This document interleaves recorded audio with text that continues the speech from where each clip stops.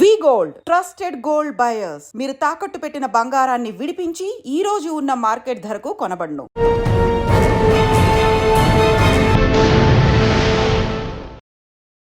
Welcome to Crime diaries.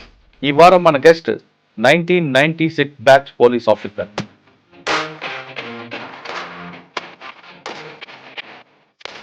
పేరు K Hariprasad garu, ACP traffic, Hyderabad.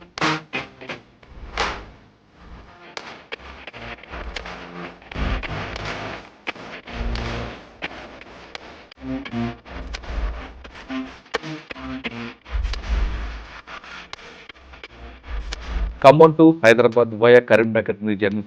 1996 బ్యాచ్గా నేను సబ్ ఇన్స్పెక్టర్ సెలెక్ట్ అయ్యాను. ఎడ్యుకేషన్ నాకు టీచర్ కూడా సెలెక్ట్ అయ్యాను నేను, కానీ రెండు సెలెక్ట్ అయినప్పుడు ఒకటేసారి 96లో ఇది చూజ్ చేసుకోవడం జరిగింది. అంటే పోలీసులు చూసి నేర్చుకున్నారా, లేదంటే ఎవరైనా పోలీస్ మీకు రోల్ మోడల్గా ఉన్నారా? అంటే మనం సాధారణంగా మనం చూస్తుంటాం, ఫస్ట్ మిలిటరీ, నెక్స్ట్ పోలీస్. అంటే సొసైటీకి మనం ఎవరికైనా సహాయం చేయాలంటే పూర్ పీపుల్ కానీ సొసైటీలో మిగతా డిపార్ట్మెంట్ అది మనం it will take lot of time. Sir Jagtial బాగా గుర్తుపోయిన సంఘటన అండి నేలకొండ రజిత అలియాస్ పద్మ కానీ ఆమె మూమెంట్ బాగా ఉంటుండే. ఎక్స్మిస్ పాయింట్ ఆఫ్ వ్యూలో నేరెళ్ళ విలేజ్లో తర్వాత ఎన్కౌంటర్ అయింది. వాటికి కూంబింగ్ ఆపరేషన్కి మేము రెగ్యులర్గా పోయేది. అంటే ఒకరోజు పోతే మేము 2-3 రోజులు కూడా పోతాం కూంబింగ్. మన ఫారెస్ట్లో ఉన్నదని ఇన్ఫర్మేషన్ మనం పోతే కావాలని రోడ్కి వచ్చేసి మెయిన్ రోడ్ వాళ్ళ టీం చూసి ఫస్ట్ ఫైర్ వాళ్ళు చేశారు. చేసిన తర్వాత ఎక్స్చేంజ్ ఆఫ్ ఫైర్ అయింది. ఎక్స్చేంజ్ ఆఫ్ ఫైర్లో ఆమెతో పాటు ఒక 4 ఎన్కౌంటర్ కావడం జరిగింది. సార్ సిఐడీలో ఉన్నప్పుడు సూరి హత్య కేసులో భాను, ఆ కేసులో మీరు కూడా ఉన్నారు కాబట్టి భాను అనే వ్యక్తి ఎవరికి దొరకకుండా తిరిగాడు చాలా సంవత్సరాలు. మీరు ఎలా ట్రాక్ చేశారండి? ఆయన బేదర్ వస్తాడు, కర్ణాటక వస్తాడు, అని మెయిల్స్ ద్వారా ట్రాక్ చేశారు. ఎలా ట్రాక్ చేశారు? ప్రతి మనిషి కూడా ఒక వీక్నెస్ ఉంటుంది. అంటే ఎన్ని రోజులు మాట్లాడుకుంటారు, కానీ ఫైనల్గా ఒకరోజు తప్పు చేసిండు. వాళ్ళకు దూరం ఉన్న వాళ్ళకి కాంటాక్ట్ అవుతారు ఫస్ట్. భాను ఆ తర్వాత ఏం అరేంజ్ చేయలేదు కదా, మరి ఎందుకు ఆయన మీద అబ్జర్వేషన్ ఉంది? అతను మర్డర్ చేసిన తర్వాత అతన్ని పట్టుకోకపోతే ప్రజల్లో కూడా పోలీసుకి ఏముంటుంది? మా పై ఆఫీసర్ నేను ఒక్కనే కదా, నా ఒక్క బ్రెయిన్ ఉండదు కదా. కంప్లైంట్ వచ్చింది సడన్గా, అంటే మా బాయ్ మిస్సింగ్, ఇంట్లో లేడని. మేము వెతికినాం. సెకండ్ డే ఆ బాయ్ డెడ్ బాడీ కనిపించింది ఆ కరీంనగర్ అవుట్స్కట్స్లో ముళ్ళపొదలో. తర్వాత కుటుంబ సభ్యుల మీద డౌట్ వచ్చింది. మరి అక్కడ బయట నుంచి ఆధారం లేదంటే నెక్స్ట్ కుటుంబ సభ్యులకు పోవాలి. దానికి గట్స్ ఉండాలి కుటుంబ సభ్యుల మీద ఇన్వెస్టిగేట్ చేయడానికి. పిల్లోడిని మర్డర్ కంటే ముందు అతను తీసుకుపోవడం జరిగింది. ఒక ప్లేస్లో మోటార్ సైకిల్ మీద ఎక్కించుకోపోతాను. కానీ అతను చంపిందంటే వీళ్ళు ఎవరు నమ్మరు. అందులో నుంచి ఒక చాకు తీసి ఇది మాది అంటుంది. ఎన్ని రోజులు మిస్ అయిందంటే ఆ పిల్లగాడు వెళ్ళి నుంచి కనపడలేదు. ఇదే చాకుని వీడు తీసుకుపోయి అక్కడ మర్డర్ చేసిన తర్వాత పిల్లడు సంపొద్దు అని అంటాడు కదా, మేనమామ కదా. అయినా కానీ వాడు తాగినప్పుడు ఆవేశం నుండి తాగిన తర్వాత దిగిన తర్వాత ఎలా మాట్లాడు? ఒక డాక్టర్ చూసి 31st అప్పుడు అంతా నాలెడ్జ్ ఉన్న కూడా కొన్ని తప్పులు చేస్తుంటారు. అక్కడ దాకా డ్రైవింగ్ చేసుకుంటూ వస్తారు. వచ్చిన తర్వాత ఆ పోలీసు ఆడు చెక్ చేస్తుందని అమ్మటే వాళ్ళ వైఫ్ను కూర్చోబెడతారు ఆమె తాగకపోతే. కానీ మేము సీక్రెట్ వెనక కూడా పెడతాము. టక ఆర్గ్యూ చేస్తారు అప్పుడే, నేను నడపలేదు బండి, మా వైఫ్ నడిపింది. మరి ఇది ఏంటి డాక్టర్ గారు, మరి ఇంతమందికి మీరు ప్రాణం పోసిందంటారు కదా. Welcome to Crime Diaries. ఈ వారం మన గెస్ట్ 1996 బ్యాచ్ పోలీస్ ఆఫీసర్. పేరు K Hariprasad garu, ACP traffic, Hyderabad. Hariprasad గారు పోలీస్ డిపార్ట్మెంట్కి వచ్చిన తర్వాత కేవలం కరీంనగర్ జిల్లాలోనే 17 సంవత్సరాలు ఏకదాటిగా పనిచేశారు. ఆయన డిపార్ట్మెంట్కి వచ్చినప్పుడు కరీంనగర్ జిల్లా మావోయిస్టు ప్రభావిత ప్రాంతంగా ఉండేది. ఎటు చూసినా ఎన్కౌంటర్లు, కూంబింగ్లు జరుగుతున్నాయి. అటువంటి సమయంలో వచ్చిన ఆయన 17 సంవత్సరాలు ఆయన జర్నీ ఎలా కొనసాగింది, ఎలా ఏ విధంగా ఆ సమస్యను ఎదుర్కొన్నారు అన్న విషయంతో పాటు ప్రస్తుతం జూబ్లీ హిల్స్ ట్రాఫిక్ ఉన్న ఆయన ఇక్కడ ట్రాఫిక్ సెన్స్ ఉందా లేదా ప్రజలకి, ఇక్కడ ట్రాఫిక్ వల్ల జరిగే అనర్థాలు ఎలా జరుగుతున్నాయి, హత్యల వల్ల చనిపోయే వారి సంఖ్య కన్నా ట్రాఫిక్లో చనిపోయే వారి సంఖ్య ఎక్కువగా ఉంది కాబట్టి దాన్ని కంట్రోల్ చేయడానికి ప్రజలు ఏం చేయాలి, పోలీసులు ఏం చేయాలి, విషయాల్ని సార్ అని తెలుసుకున్నాం. సార్ నమస్తే అండి. నమస్తే. K Hariprasad garu, ACP traffics, Panjagutta, Hyderabad. Sir Hyderabad పబ్లిక్కి ట్రాఫిక్ సెన్స్ ఉందని అనుకోవచ్చా లేదనుకోవచ్చు? ఎందుకంటే రికార్డ్ చూస్తుంటే ఎక్కువ ట్రాఫిక్ వైలేటర్స్ అందరూ కూడా బాగా ఎడ్యుకేటెడ్ కనిపిస్తున్నారు. చిన్న చిన్న రిక్షా పుల్లర్స్ అందరూ కూడా ట్రాఫిక్ నిబంధనలు పాటిస్తున్నారు. టోటల్గా మనం దేశవ్యాప్తంగా రికార్డ్ తీసుకుంటే మర్డర్ వల్ల చనిపోయే సంఖ్య 100లో ఉంటే రోడ్డు ప్రమాదాల చనిపోయిన సంఖ్య లక్షల్లో ఉంది. ఇంకా ఇంజ్యూర్డ్ పర్సన్ అయితే దానికి డబుల్ ఉంటుందండి. దీనికి సొల్యూషన్ కావాలంటే కేవలం పోలీసులే కాకుండా పబ్లిక్ వైపు నుంచి మీకు ఎలాంటి సపోర్ట్ కావాలి? ఈ ప్రశ్న చెప్పే ముందు ఖమ్మం టు హైదరాబాద్ వయా కరీంనగర్ మీ జర్నీ చెప్పండి. మురళీధర్ గారు, నా ప్రయాణం అనేది యాక్చువల్గా 1996 బ్యాచ్గా నేను సబ్ ఇన్స్పెక్టర్గా సెలెక్ట్ అయ్యాను. నేటివ్ వచ్చేసి ఖమ్మం తల్లాడ మండలం మాది. ఒక విలేజ్ శంకర్రావు మా ఫాదర్ పేరు, మదర్ నాగరత్నం. నేను బేసికల్గా అగ్రికల్చర్ ఫ్యామిలీ, వ్యవసాయం ఉన్నది మాకు. మా ఊర్లో మంచి ఏరియా కదా సార్, అది చాలా బాగుంటుంది. చాలా బాగుంటుంది అగ్రికల్చర్ గా. మా విలేజ్ లో పర్టికులర్ కాటన్ మిర్చి బాగా వేస్తారు. మామిడి అన్ని కూడా బాగుంటాయి. మామిడి కూడా, నాకు మామిడి కూడా మ్యాంగో ఉన్నది నాకు ఇష్టం. చిన్నప్పటి నుంచి కూడా నేను మ్యాంగో గార్డెన్, కొంచెం ముందుకెళ్తే ఆంధ్ర బార్డర్ కదా. ఎస్ ఎగ్జాక్ట్లీ, రైజ్ చేస్తాం మ్యాంగో గార్డెన్ కూడా. నేను నా పర్సనల్ ఇంట్రెస్ట్, నాది బేసికల్ గా అగ్రికల్చర్ ఫ్యామిలీ. నేను చదువుకున్నది కూడా సైన్స్ కాబట్టి ఎంఎస్సి బాటనీ నాది, ఫ్రమ్ ఉస్మాన్ యూనివర్సిటీ 92-94 బ్యాచ్. దానికి ముందు కాంప్రహెన్సివ్ కాలేజ్ బీఎడ్ కూడా చేశాను నేను. Agriculture family, same time education, నాకు టీచర్ కూడా సెలెక్ట్ అయ్యాను నేను. కానీ రెండు సెలెక్ట్ అయినప్పుడు ఒకటేసారి 96లో ఇది చూజ్ చేసుకోవడం జరిగింది. అంటే బై చాయిస్, ఛాన్స్ కాదు. రెండు సెలెక్ట్ అయినప్పుడు నేను ఇది చూజ్ చేసుకున్నాను, పోలీస్ ఆఫీసర్ చూజ్ చేసుకున్నాను. ట్రైనింగ్ అయిన తర్వాత ఫస్ట్ పోస్టింగ్ ఇక్కడ? నేను ఫస్ట్ పోస్టింగ్ ఆఫ్టర్ పోలీస్ అకాడమీలో అయిన తర్వాత కరీంనగర్ జిల్లాకి అలాట్ అయినా. ఫస్ట్ డిస్ట్రిక్ట్స్ అలాట్ అయితే మేము జనరల్గా ఏంటంటే ఖమ్మం నేటివ్ ఉన్న వాళ్ళు 3 డిస్ట్రిక్ట్స్ ఇస్తారు. ఒకటి ఆదిలాబాద్, కరీంనగర్, వరంగల్. ఆ 3 డిస్ట్రిక్ట్లో అప్పుడు మేము ట్రైనింగ్ చేసినప్పుడు చాలా విషయాలు ఉన్నాయి, మీకు చెప్పాలి కొన్ని విషయాలు. మా బ్యాచ్లో జనరల్గా ట్రైనింగ్ అప్పుడే చాలా మంది ఎక్స్ట్రీమిజం ఉండి అప్పుడు కరకగూడలో ఒక ఎన్కౌంటర్ అయింది. అప్పుడు దాదాపు పోలీస్ ఆఫీసర్స్ చాలా మంది చనిపోయారు, 15 మంది దాకా. అప్పుడు మా బ్యాచ్ నుంచి ట్రైనింగ్లో నుంచి కొంతమంది ఆ పేరెంట్స్ ఒత్తిడికి మేము చేయము ఈ జాబ్ అని చాలా మంది వెళ్ళిపోవడం కూడా జరిగింది పోలీస్ ఆఫీసర్గా. అంటే ఆ విధంగా ఆ టెన్షన్, ఆందోళన ఉండే. అప్పుడు కంటిన్యూగా ఒక యుద్ధ వాతావరణం ఉన్నది. ఆ యుద్ధ వాతావరణంలో కొంతమంది జాబ్ వదిలిపెట్టిపోవడం కూడా జరిగింది. కానీ మేము కరీంనగర్ అనేది హైలీ ఎఫెక్టెడ్, ఈ 4 జిల్లాల్లో హైలీ ఎఫెక్టెడ్ కరీంనగర్ జిల్లా. ఫస్ట్ పోస్టింగ్ నాది సిరిసిల్ల అని, అక్కడ ప్రొబేషనర్గా పోయినా నేను. ప్రొబేషన్ పీరియడ్ ఉంటుంది మాది. ఆ సిరిసిల్ల అయిపోయిన తర్వాత నెక్స్ట్ నాకు ఫస్ట్ పోస్టింగ్ కాల్వ శ్రీరాంపూర్ అని పెద్దపల్లి దగ్గర ఉంటుంది. అది సిరిసిల్లాకి వెళ్ళే ముందు మీరు చెప్తున్నట్లుగా ఆ టైంలో బాగా పీక్ మూమెంట్ ఉంటుంది. దానికి ఏ రోజు తినదిన గండం దీర్ఘాశ్మన టైప్లో ఉండేది. అప్పుడు పోలీస్ పరిస్థితి ఎలాగ ఉండేది, మావోయిస్ట్ పరిస్థితి ఎలాగ ఉండేది. మరి మీ పేరెంట్స్ ఎవరు ఒప్పుకోలేదా? ఒప్పుకున్నారా? మా పేరెంట్స్ అంటే వాళ్ళకి ఎవరికి అంటే హాయిగా ఊర్లో వ్యవసాయం చేసుకోకుండా ఎందుకు ఉద్యోగం, టీచర్ ఉద్యోగం వదిలిపెట్టి పోలీసు, అందులో పర్టికులర్ కరీంనగర్ ఎందుకు అనే వాళ్ళు అబ్జెక్షన్ చెప్పలేదు?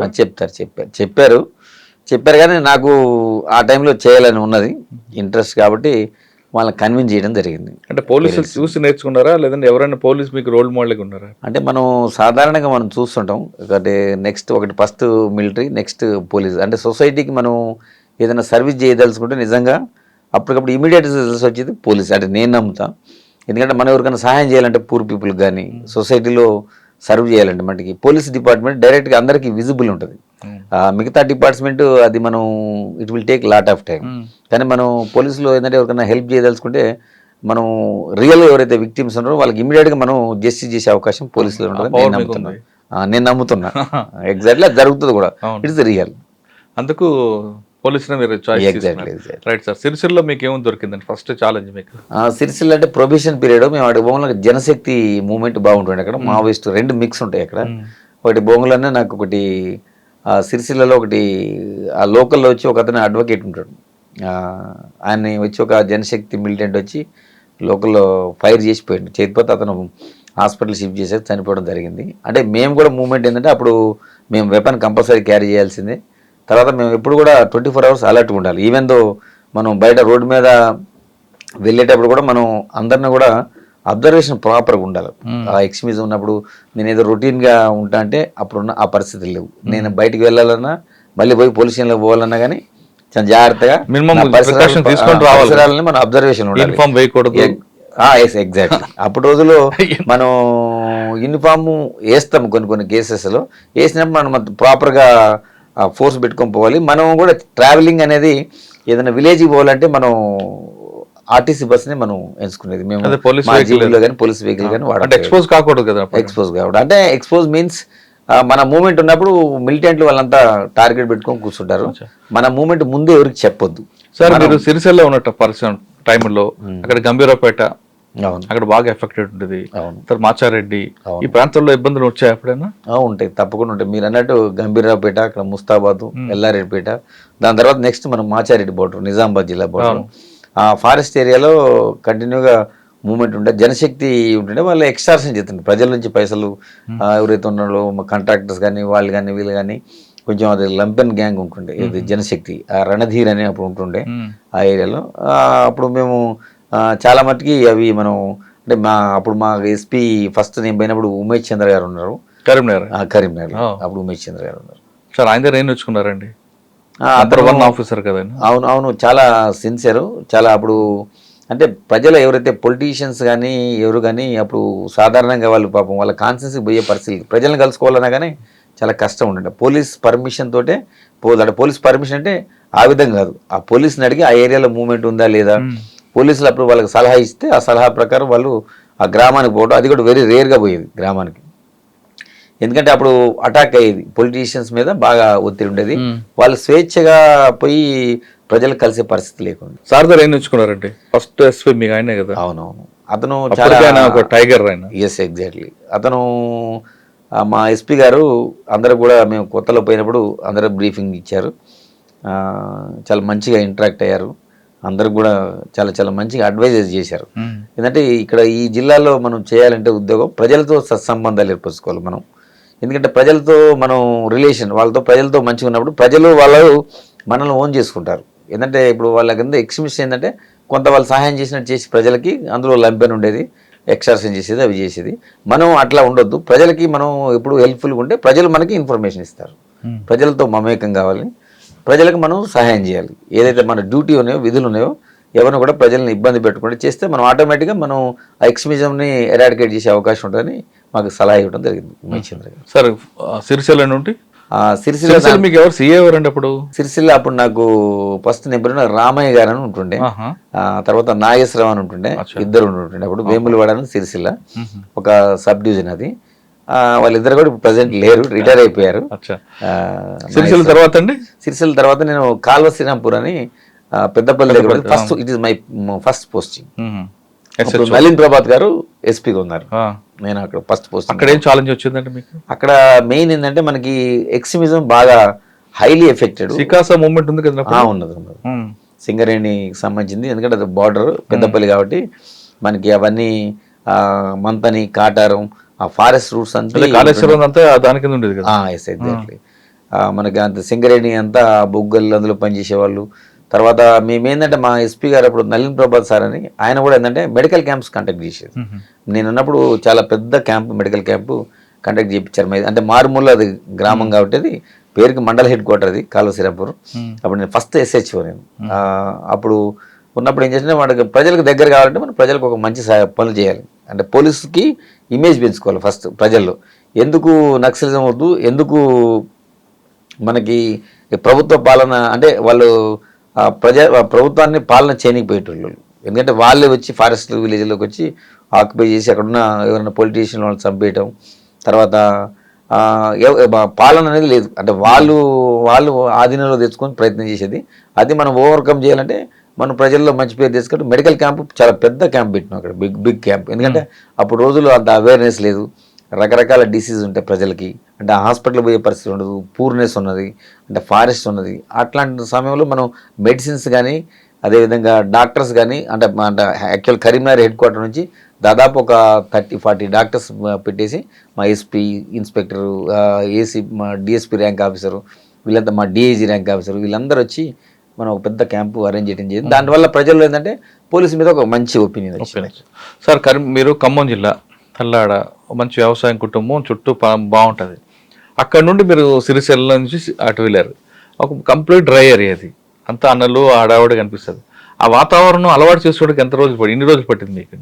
నేనంటే నా నేపథ్యం అంటే ఖమ్మం జిల్లా కావచ్చు, మనం చదువుకున్నది కూడా ఎడ్యుకేషన్ మళ్ళీ ఉస్మాన్ యూనివర్సిటీలో చదువుకున్నాను మీరు కంప్లీట్ అర్బన్ నుంచి అదే rural వెళ్ళిపోయారు కదా. చెప్తాను. అందుకనే అక్కడ ఉస్మాన్ యూనివర్సిటీలో చదువుకున్నప్పుడు కూడా నాకు వేరే జిల్లా వాళ్ళతో కూడా సంబంధాలు ఏర్పడుతుంటాయి. ఎందుకంటే అది హబ్. అప్పుడు ఉన్నప్పుడు ఉస్మాన్ యూనివర్సిటీ చాలా పెద్ద మంచి అప్పుడు ఉండే. ఎందుకంటే అప్పుడు ఇంజనీరింగ్ సీట్ కానీ మెడిసిన్ సీట్ కానీ ఏం లేవు. ఆ రోజుల్లో క్రీమ్ అంతా ఉస్మాన్ యూనివర్సిటీకి వస్తుండే. ఆ ఎడ్యుకేషన్లో మనం చదువుకున్నప్పుడు ఇది మహబూబ్నగర్ కానీ, నల్గొండ కానీ, అదేవిధంగా కరీంనగర్ కానీ, వరంగల్ కానీ కొంతమంది విద్యార్థులు మేము కలిసినప్పుడు మాట్లాడుకోవడం జరిగింది. అది ఏదైనా మీరు చెప్పినట్టు కొంచెం డిఫరెంట్ డిస్ట్రిక్ట్ అది.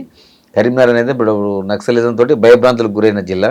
అంత ఈజీగా అది మీరు చేయటం అన్నట్టు ఫస్ట్లో కొంచెం ఇబ్బంది ఉన్నమాట వాస్తవమే. కానీ దాన్ని మీకు ఇల్లు కూడా దిగేవారు కదండి ఆ ఊర్లో. అవునవును, మాకు అందుకనే ఇల్లు ఇవ్వరు. వాస్తవం మీరు చెప్పింది. క్వార్టర్స్ ఉన్నాయి అప్పుడు. ఎందుకంటే మా ప్రిన్సెస్ లోపల ఆ క్వార్టర్స్ ఉంటాయి. ఆ క్వార్టర్స్ లోనే మేము ఉండాలి. బయటకు విలేజ్కి పోవాలంటే కూడా బాగుండేవి కావండి అప్పట్లో. అవునవును, ఎప్పుడు పడిపోతాయా ఎప్పుడు కూలిపోతాయా అని ఉన్నాయి. అయితే మాకు కాళశ్రీరాంపూర్లో కట్టినప్పుడు క్వార్టర్స్ పర్వాలేదు. మీరు అన్నట్టు కొన్ని ప్లేసెస్ ఉన్నాయి. కానీ ఇది గవర్నమెంట్ అప్పుడు ఇనిషియేషన్ తీసుకొని నక్సలిజం ఉంది కాబట్టి అవుట్స్కట్స్లో అంటే మా పోలీస్ స్టేషన్ చుట్టూ ఏమి ఇల్లు ఉండవు. ఎందుకంటే అది అట్లా మాకు ఐడియాలు ఉంటేనే మాకు సెంట్రీలు ఉంటుండే, హైట్లో పెట్టుకుంటుండే పోలీస్ స్టేషన్. ఎందుకంటే పోలీస్ స్టేషన్ అటాక్స్ చేస్తుండే అప్పుడు రోజుల్లో వాళ్ళు కాబట్టి అటు యుద్ధం. అప్పుడు పోలీస్ స్టేషన్ అన్నది అంటే సెక్యూరిటీ ప్రాబ్లం అని జనాల మధ్యన పెట్టేవారు కదండి. అవుట్స్కట్ లో ఈజీగా కొట్టడానికి లేదు. ఇది కొన్ని పాయింట్ ఆఫ్ యుద్ధ తంత్రంలో మనకి విజిబిలిటీ ఉంటుంది అనమాట. మీరు అన్నట్టు ఇళ్ల మధ్యలో ఉంటే ఏంటంటే ఆ మిలిటెంట్ వచ్చి ఆ లోపల నుంచి వచ్చి ఆ గ్రెనేడ్ వేసేసింది అనుకోండి, మనకి తెలియదు లాస్ట్. పబ్లిక్ ఇబ్బంది కాకుండా ఉండడానికి వాళ్ళే ఆగుతారని ఒక కాన్సెప్ట్ ఉంటుంది కదా. అది మీరు అన్నట్టు ట్రావెలింగ్ లో ఫర్ ఎగ్జాంపుల్ మేము ఆర్టీసీ బస్సుని ఎందుకు సెలెక్ట్ చేసుకున్నాం, మేము మాకు జీబులు కానీ పర్సనల్ వెహికల్స్ ఏమి వాడకపోయేది. ఆర్టీసీ బస్సులు అంటే ప్రజలతో కలిసి ప్రయాణించేది కాబట్టి అప్పుడు వాళ్ళు ఈ ల్యాండ్ మైన్స్ ఉన్నాయి కదా, ఆ రోడ్స్ మనం చేసేటప్పుడు బ్లాస్టింగ్ చేసి ఇది చేసే పరిస్థితి ఉండే అప్పుడు. అందుకని మనం ప్రజలతో కలిసి ప్రయాణం చేసేది. ఇక్కడ ఏంటంటే ఇది యుద్ధతంత్రం. ఇది యుద్ధతంత్రం. ఇప్పుడు రోజుల్లో ఎవరికి అవగాహన లేదు ఇప్పుడు వచ్చిన పోలీస్ ఆఫీసర్స్కి. అప్పుడు రోజుల్లో ఏంటంటే మన పోలీస్ స్టేషన్ అవుట్స్కట్స్లో ఉంటే ఏంటంటే మనకు అడ్వాంటేజ్గా ఉంటుంది. మన చుట్టూ ఉన్న ప్రిమిసెస్ని అంటే వాళ్ళ మూవ్మెంట్ ఎవరు కనిపించినా కానీ ఫైర్ చేస్తారు. అదివరకు మనం ఎవరు వచ్చినా కానీ చెప్పి రావాలి, అక్కడ వాళ్ళు ఆగాల్సిందే. మా సెంట్రీ పైన ఉంటాడు, హైట్లో ఒక అతను ఉంటాడు, కింద ఉంటాడు, ఫ్రంట్ సెంట్రీ అంటారు, రూఫ్ టాప్ ఉంటుంది, ఆ బ్యాక్ సెంట్రీ ఏంటి, లెఫ్ట్ రైట్ సెంట్రీస్ ఉంటాడు. అంటే వాళ్ళు రెడీ పెట్టుకొని ఉంటారు వెపన్స్.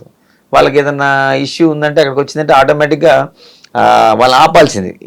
ఈవెన్ మా పై ఆఫీసర్స్ ఎస్పీ వచ్చినా కానీ ఆ వెహికల్లో కూడా వాళ్ళు ఎవరైనా ఎస్పీ అనుకొని చెప్పొచ్చి మనం అటాక్ చేసే అవకాశం ఉంది. ఎస్పీ గారు వచ్చినా కానీ అక్కడ దూరం ఉండే వాళ్ళు సోర్స్ అని చెప్పి వాళ్ళు మన లైటింగ్ వేసిన తర్వాత కన్ఫర్మ్ అయిన తర్వాత మా పోలీసులకు అలా చేసేది.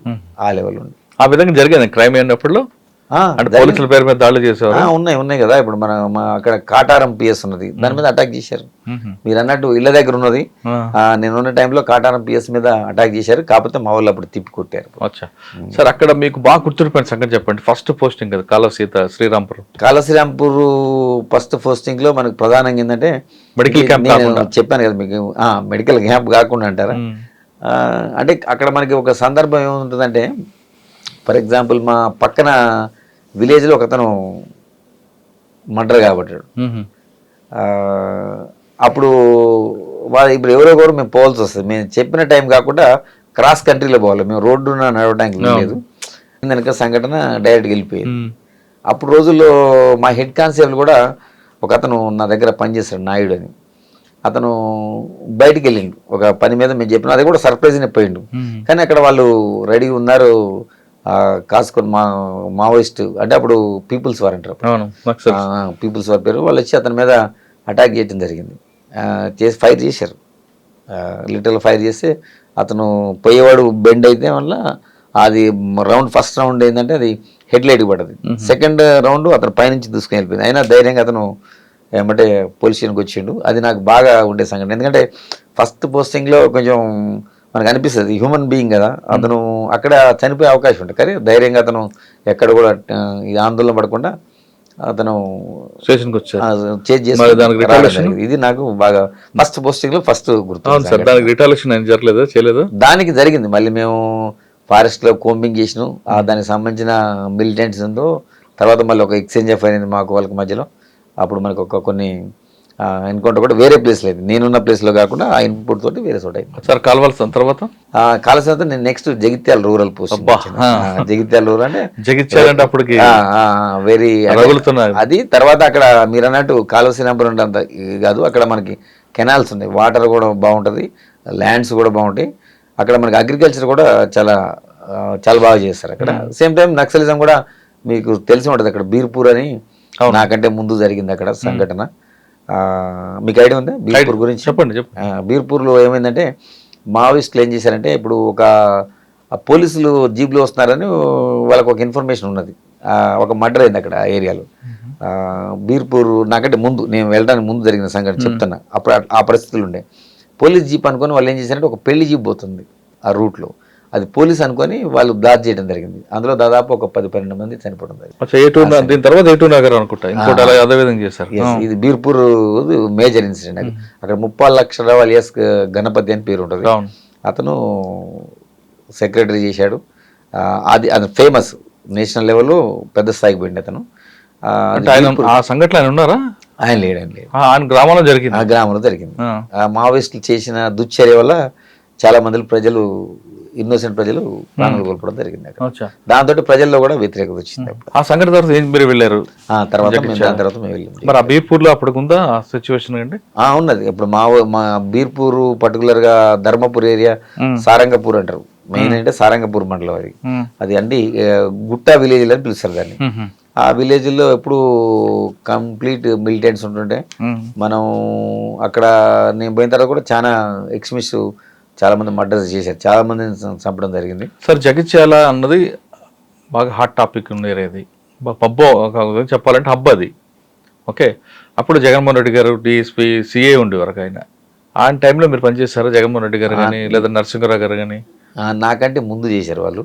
నేను 2000 ఇయర్లో పోయినా, అంటే ఇప్పుడు 25 అంటే 25 ఇయర్స్ బ్యాక్ వెళ్ళాను, వెళ్ళడం జరిగింది. నాకంటే ముందు వాళ్ళు ముందు చేశారు. అప్పుడు నరసింహరావు గారు కానీ తను కానీ చేశారు. అప్పుడు నక్సలిజం పీక్ స్టేజ్లో ఉన్నది అప్పుడు.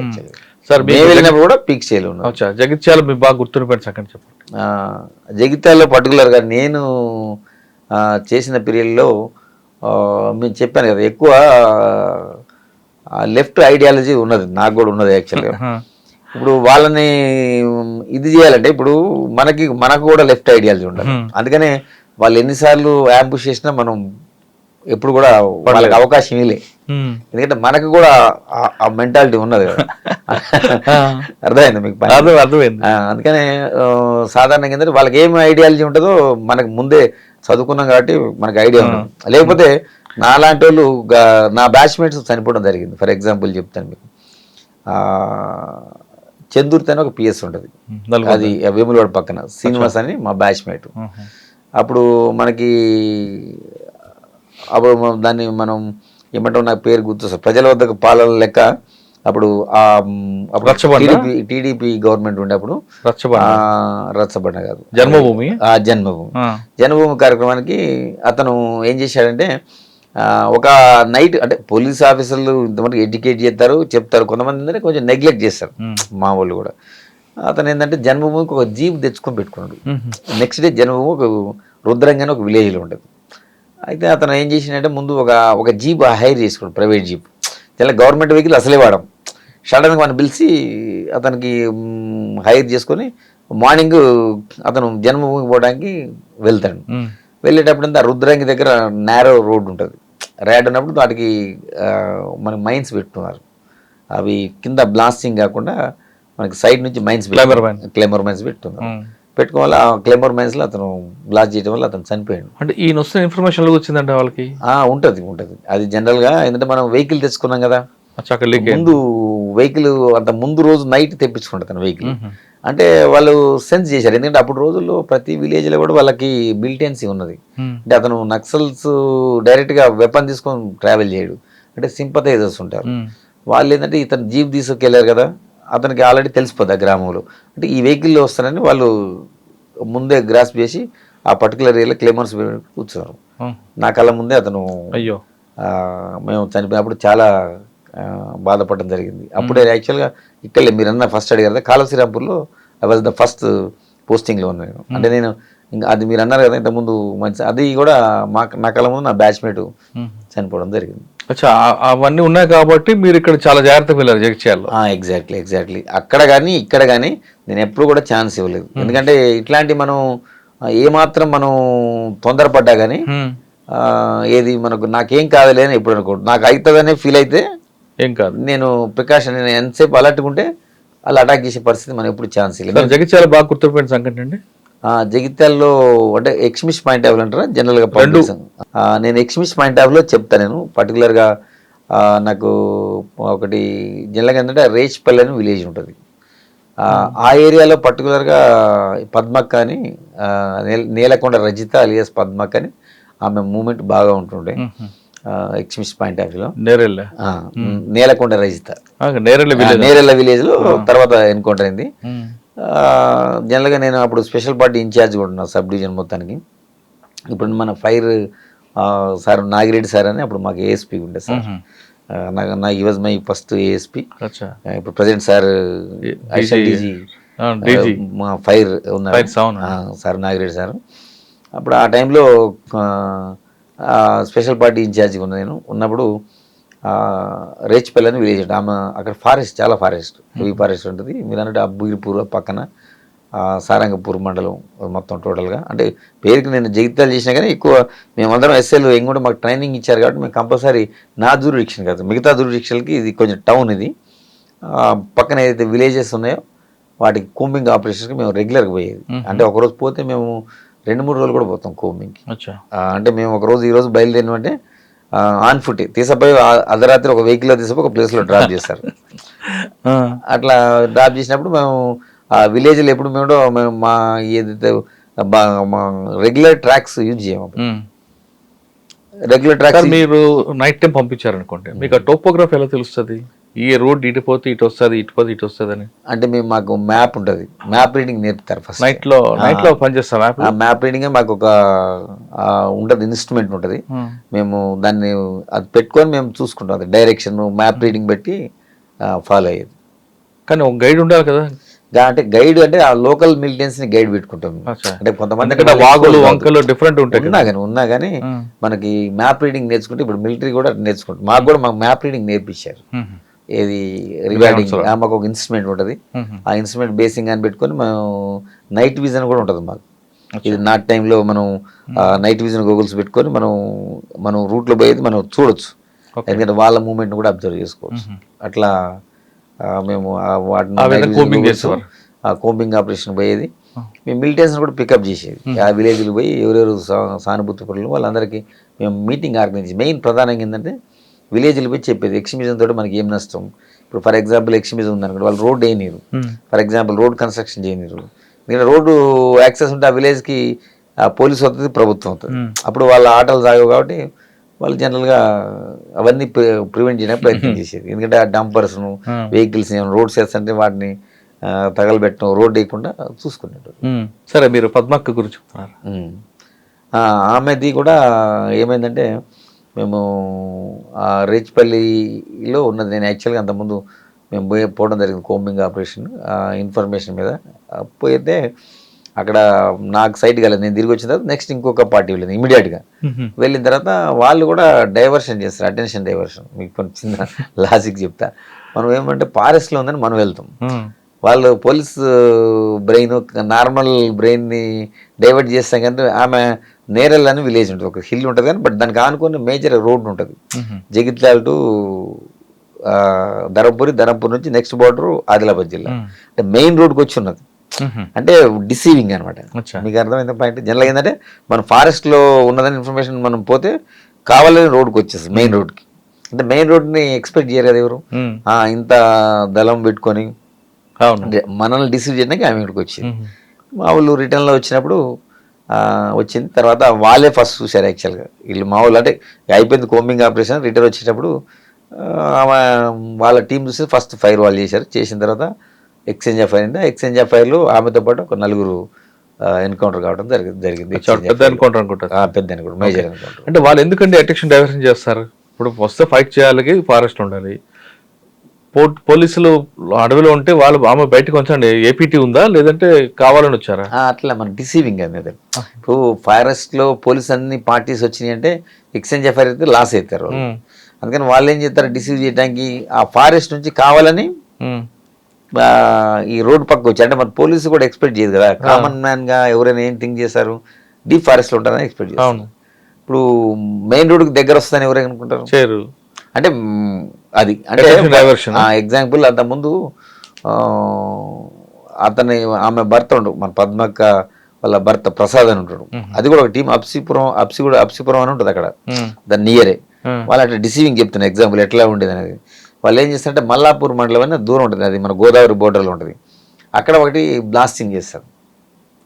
చేసి అదేది అప్పుడు మనం టెలిఫోన్ మనం అప్పుడు ఇవి కాకుండా ఎక్స్చేంజ్ ఉంటుంది అక్కడ, దాన్ని బ్లాస్ట్ చేశారు. అక్కడ మనం ఏమనుకుంటాం, మనం అక్కడ ఉంటారని అక్కడికి వెళ్తాం కదా, మన అటెన్షన్. వాళ్ళు ఏం చేస్తారు, అక్కడ ఏదైతే బ్లాస్టింగ్ చేసిందో ఆ ఏరియాలో ఉండరు, చేసి మళ్ళీ మనం ఎక్స్పెక్ట్ చేయకుండా వేరే ప్లేస్కి వచ్చి ఉంటారు కరెక్ట్ ఆ నైట్ వచ్చి. అంటే పోలీస్ కోంబింగ్ దొరకొద్దని మీకు అర్థమైంది. అలాగే మనం ఏమనుకుంటాం, అక్కడ ఆ ఏరియాలో ఉంటారని అనుకుంటాం, కానీ ఆపోజిట్ లో వచ్చి ఉంటారు మన డిసీవ్ చేయడానికి. మనం ఆ నాలెడ్జ్ ఉంటే అది మేము వేరే ఉంటుంది ట్రైనింగ్, అది మనం ఇక్కడ అప్సిపురం నేను వచ్చినాం మేము అక్కడికి వచ్చిన తర్వాత వాళ్ళు యాక్చువల్గా మాకు మేము వేసుకొని ఉన్నప్పుడు జరిగినప్పుడు మాకు ఇక్కడ ఎక్స్చేంజ్ చెప్పారు కూడా అయింది. ఇట్లా అంటే మీకు ఎగ్జాంపుల్ చెప్తున్నా, అంటే అటెన్షన్ డైవర్షన్ చేస్తారు అంతే. ఎగ్జాక్ట్లీ. అంటే ఒకవేళ కొంతమంది మీలాంటి ఆఫీసర్లు అటు కూడా అటో పార్టీ పంపిస్తారు, అక్కడ ఒక పార్టీ పంపిస్తారు. మేము కూడా ఏం చేస్తాం, అక్కడ ఒక పార్టీ పంపించి మళ్ళీ అసెస్ చేసుకుంటాం ఎటు రావడానికి ఉంటుందండి. అంటే అది మళ్ళీ మాకు ఆ లాజిక్ తెలిసిన తర్వాత మళ్ళీ అదే మానుకుంటారు. లాజిక్ కాదు అదే. ఓకే, తర్వాత అండి జగిత్యాల తర్వాత మనం నెక్స్ట్ తర్వాత కోరుట్ల వెళ్ళడం జరిగింది.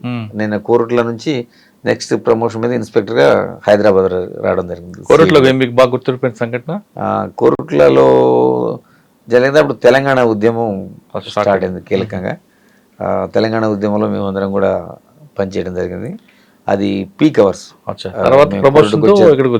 హైదరాబాద్కి వచ్చి సిఐడిలో ఒక 2 years చేసి తర్వాత మళ్ళీ బ్యాక్ కరీంనగర్ 2 టౌన్ ఇన్స్పెక్టర్గా పోయింది. ఓకే సార్, సిఐడిలో ఉన్నప్పుడు సూరి హత్య కేసులో బాను, ఆ కేసులో మీరు కూడా ఉన్నారు కాబట్టి, బాను అనే వ్యక్తి ఎవరికి దొరకకుండా తిరిగాడు చాలా సంవత్సరాలు, దాదాపు నాకు తెలిసి 2-3 సంవత్సరాలు అనుకుంటా. అప్పుడు డీజీ గారు కూడా ఎస్వి రమణమూర్తి గారు, డిఎస్పి మల్లారెడ్డి గారు, మీరు సెల్ ఫోన్ వాడని వ్యక్తిని మీరు ఎలా ట్రాక్ చేశారండి? ఆయన బేదర్ వస్తాడు, కర్ణాటక వస్తాడు, మెయిల్స్ ద్వారా ట్రాక్ చేశారు, ఎలా ట్రాక్ చేశారు? మీరు అన్నది వాస్తవమే. ప్రతి మనిషి కూడా ఒక వీక్నెస్ ఉంటుంది. అంటే ఎన్ని రోజులు మాట్లాడుకుంటుంటాడు, నాకు తెలిసి 2.5 years అతను అంటే కన్వర్సేషన్ చేయలే, ఫోన్లో ఎవరితో మాట్లాడలేదు. అంటే అతను ఇక్కడ పబ్లిక్ ఫోన్స్ వాడి పబ్లిక్ బూత్ నుంచి ఫోన్స్ వాడిండు.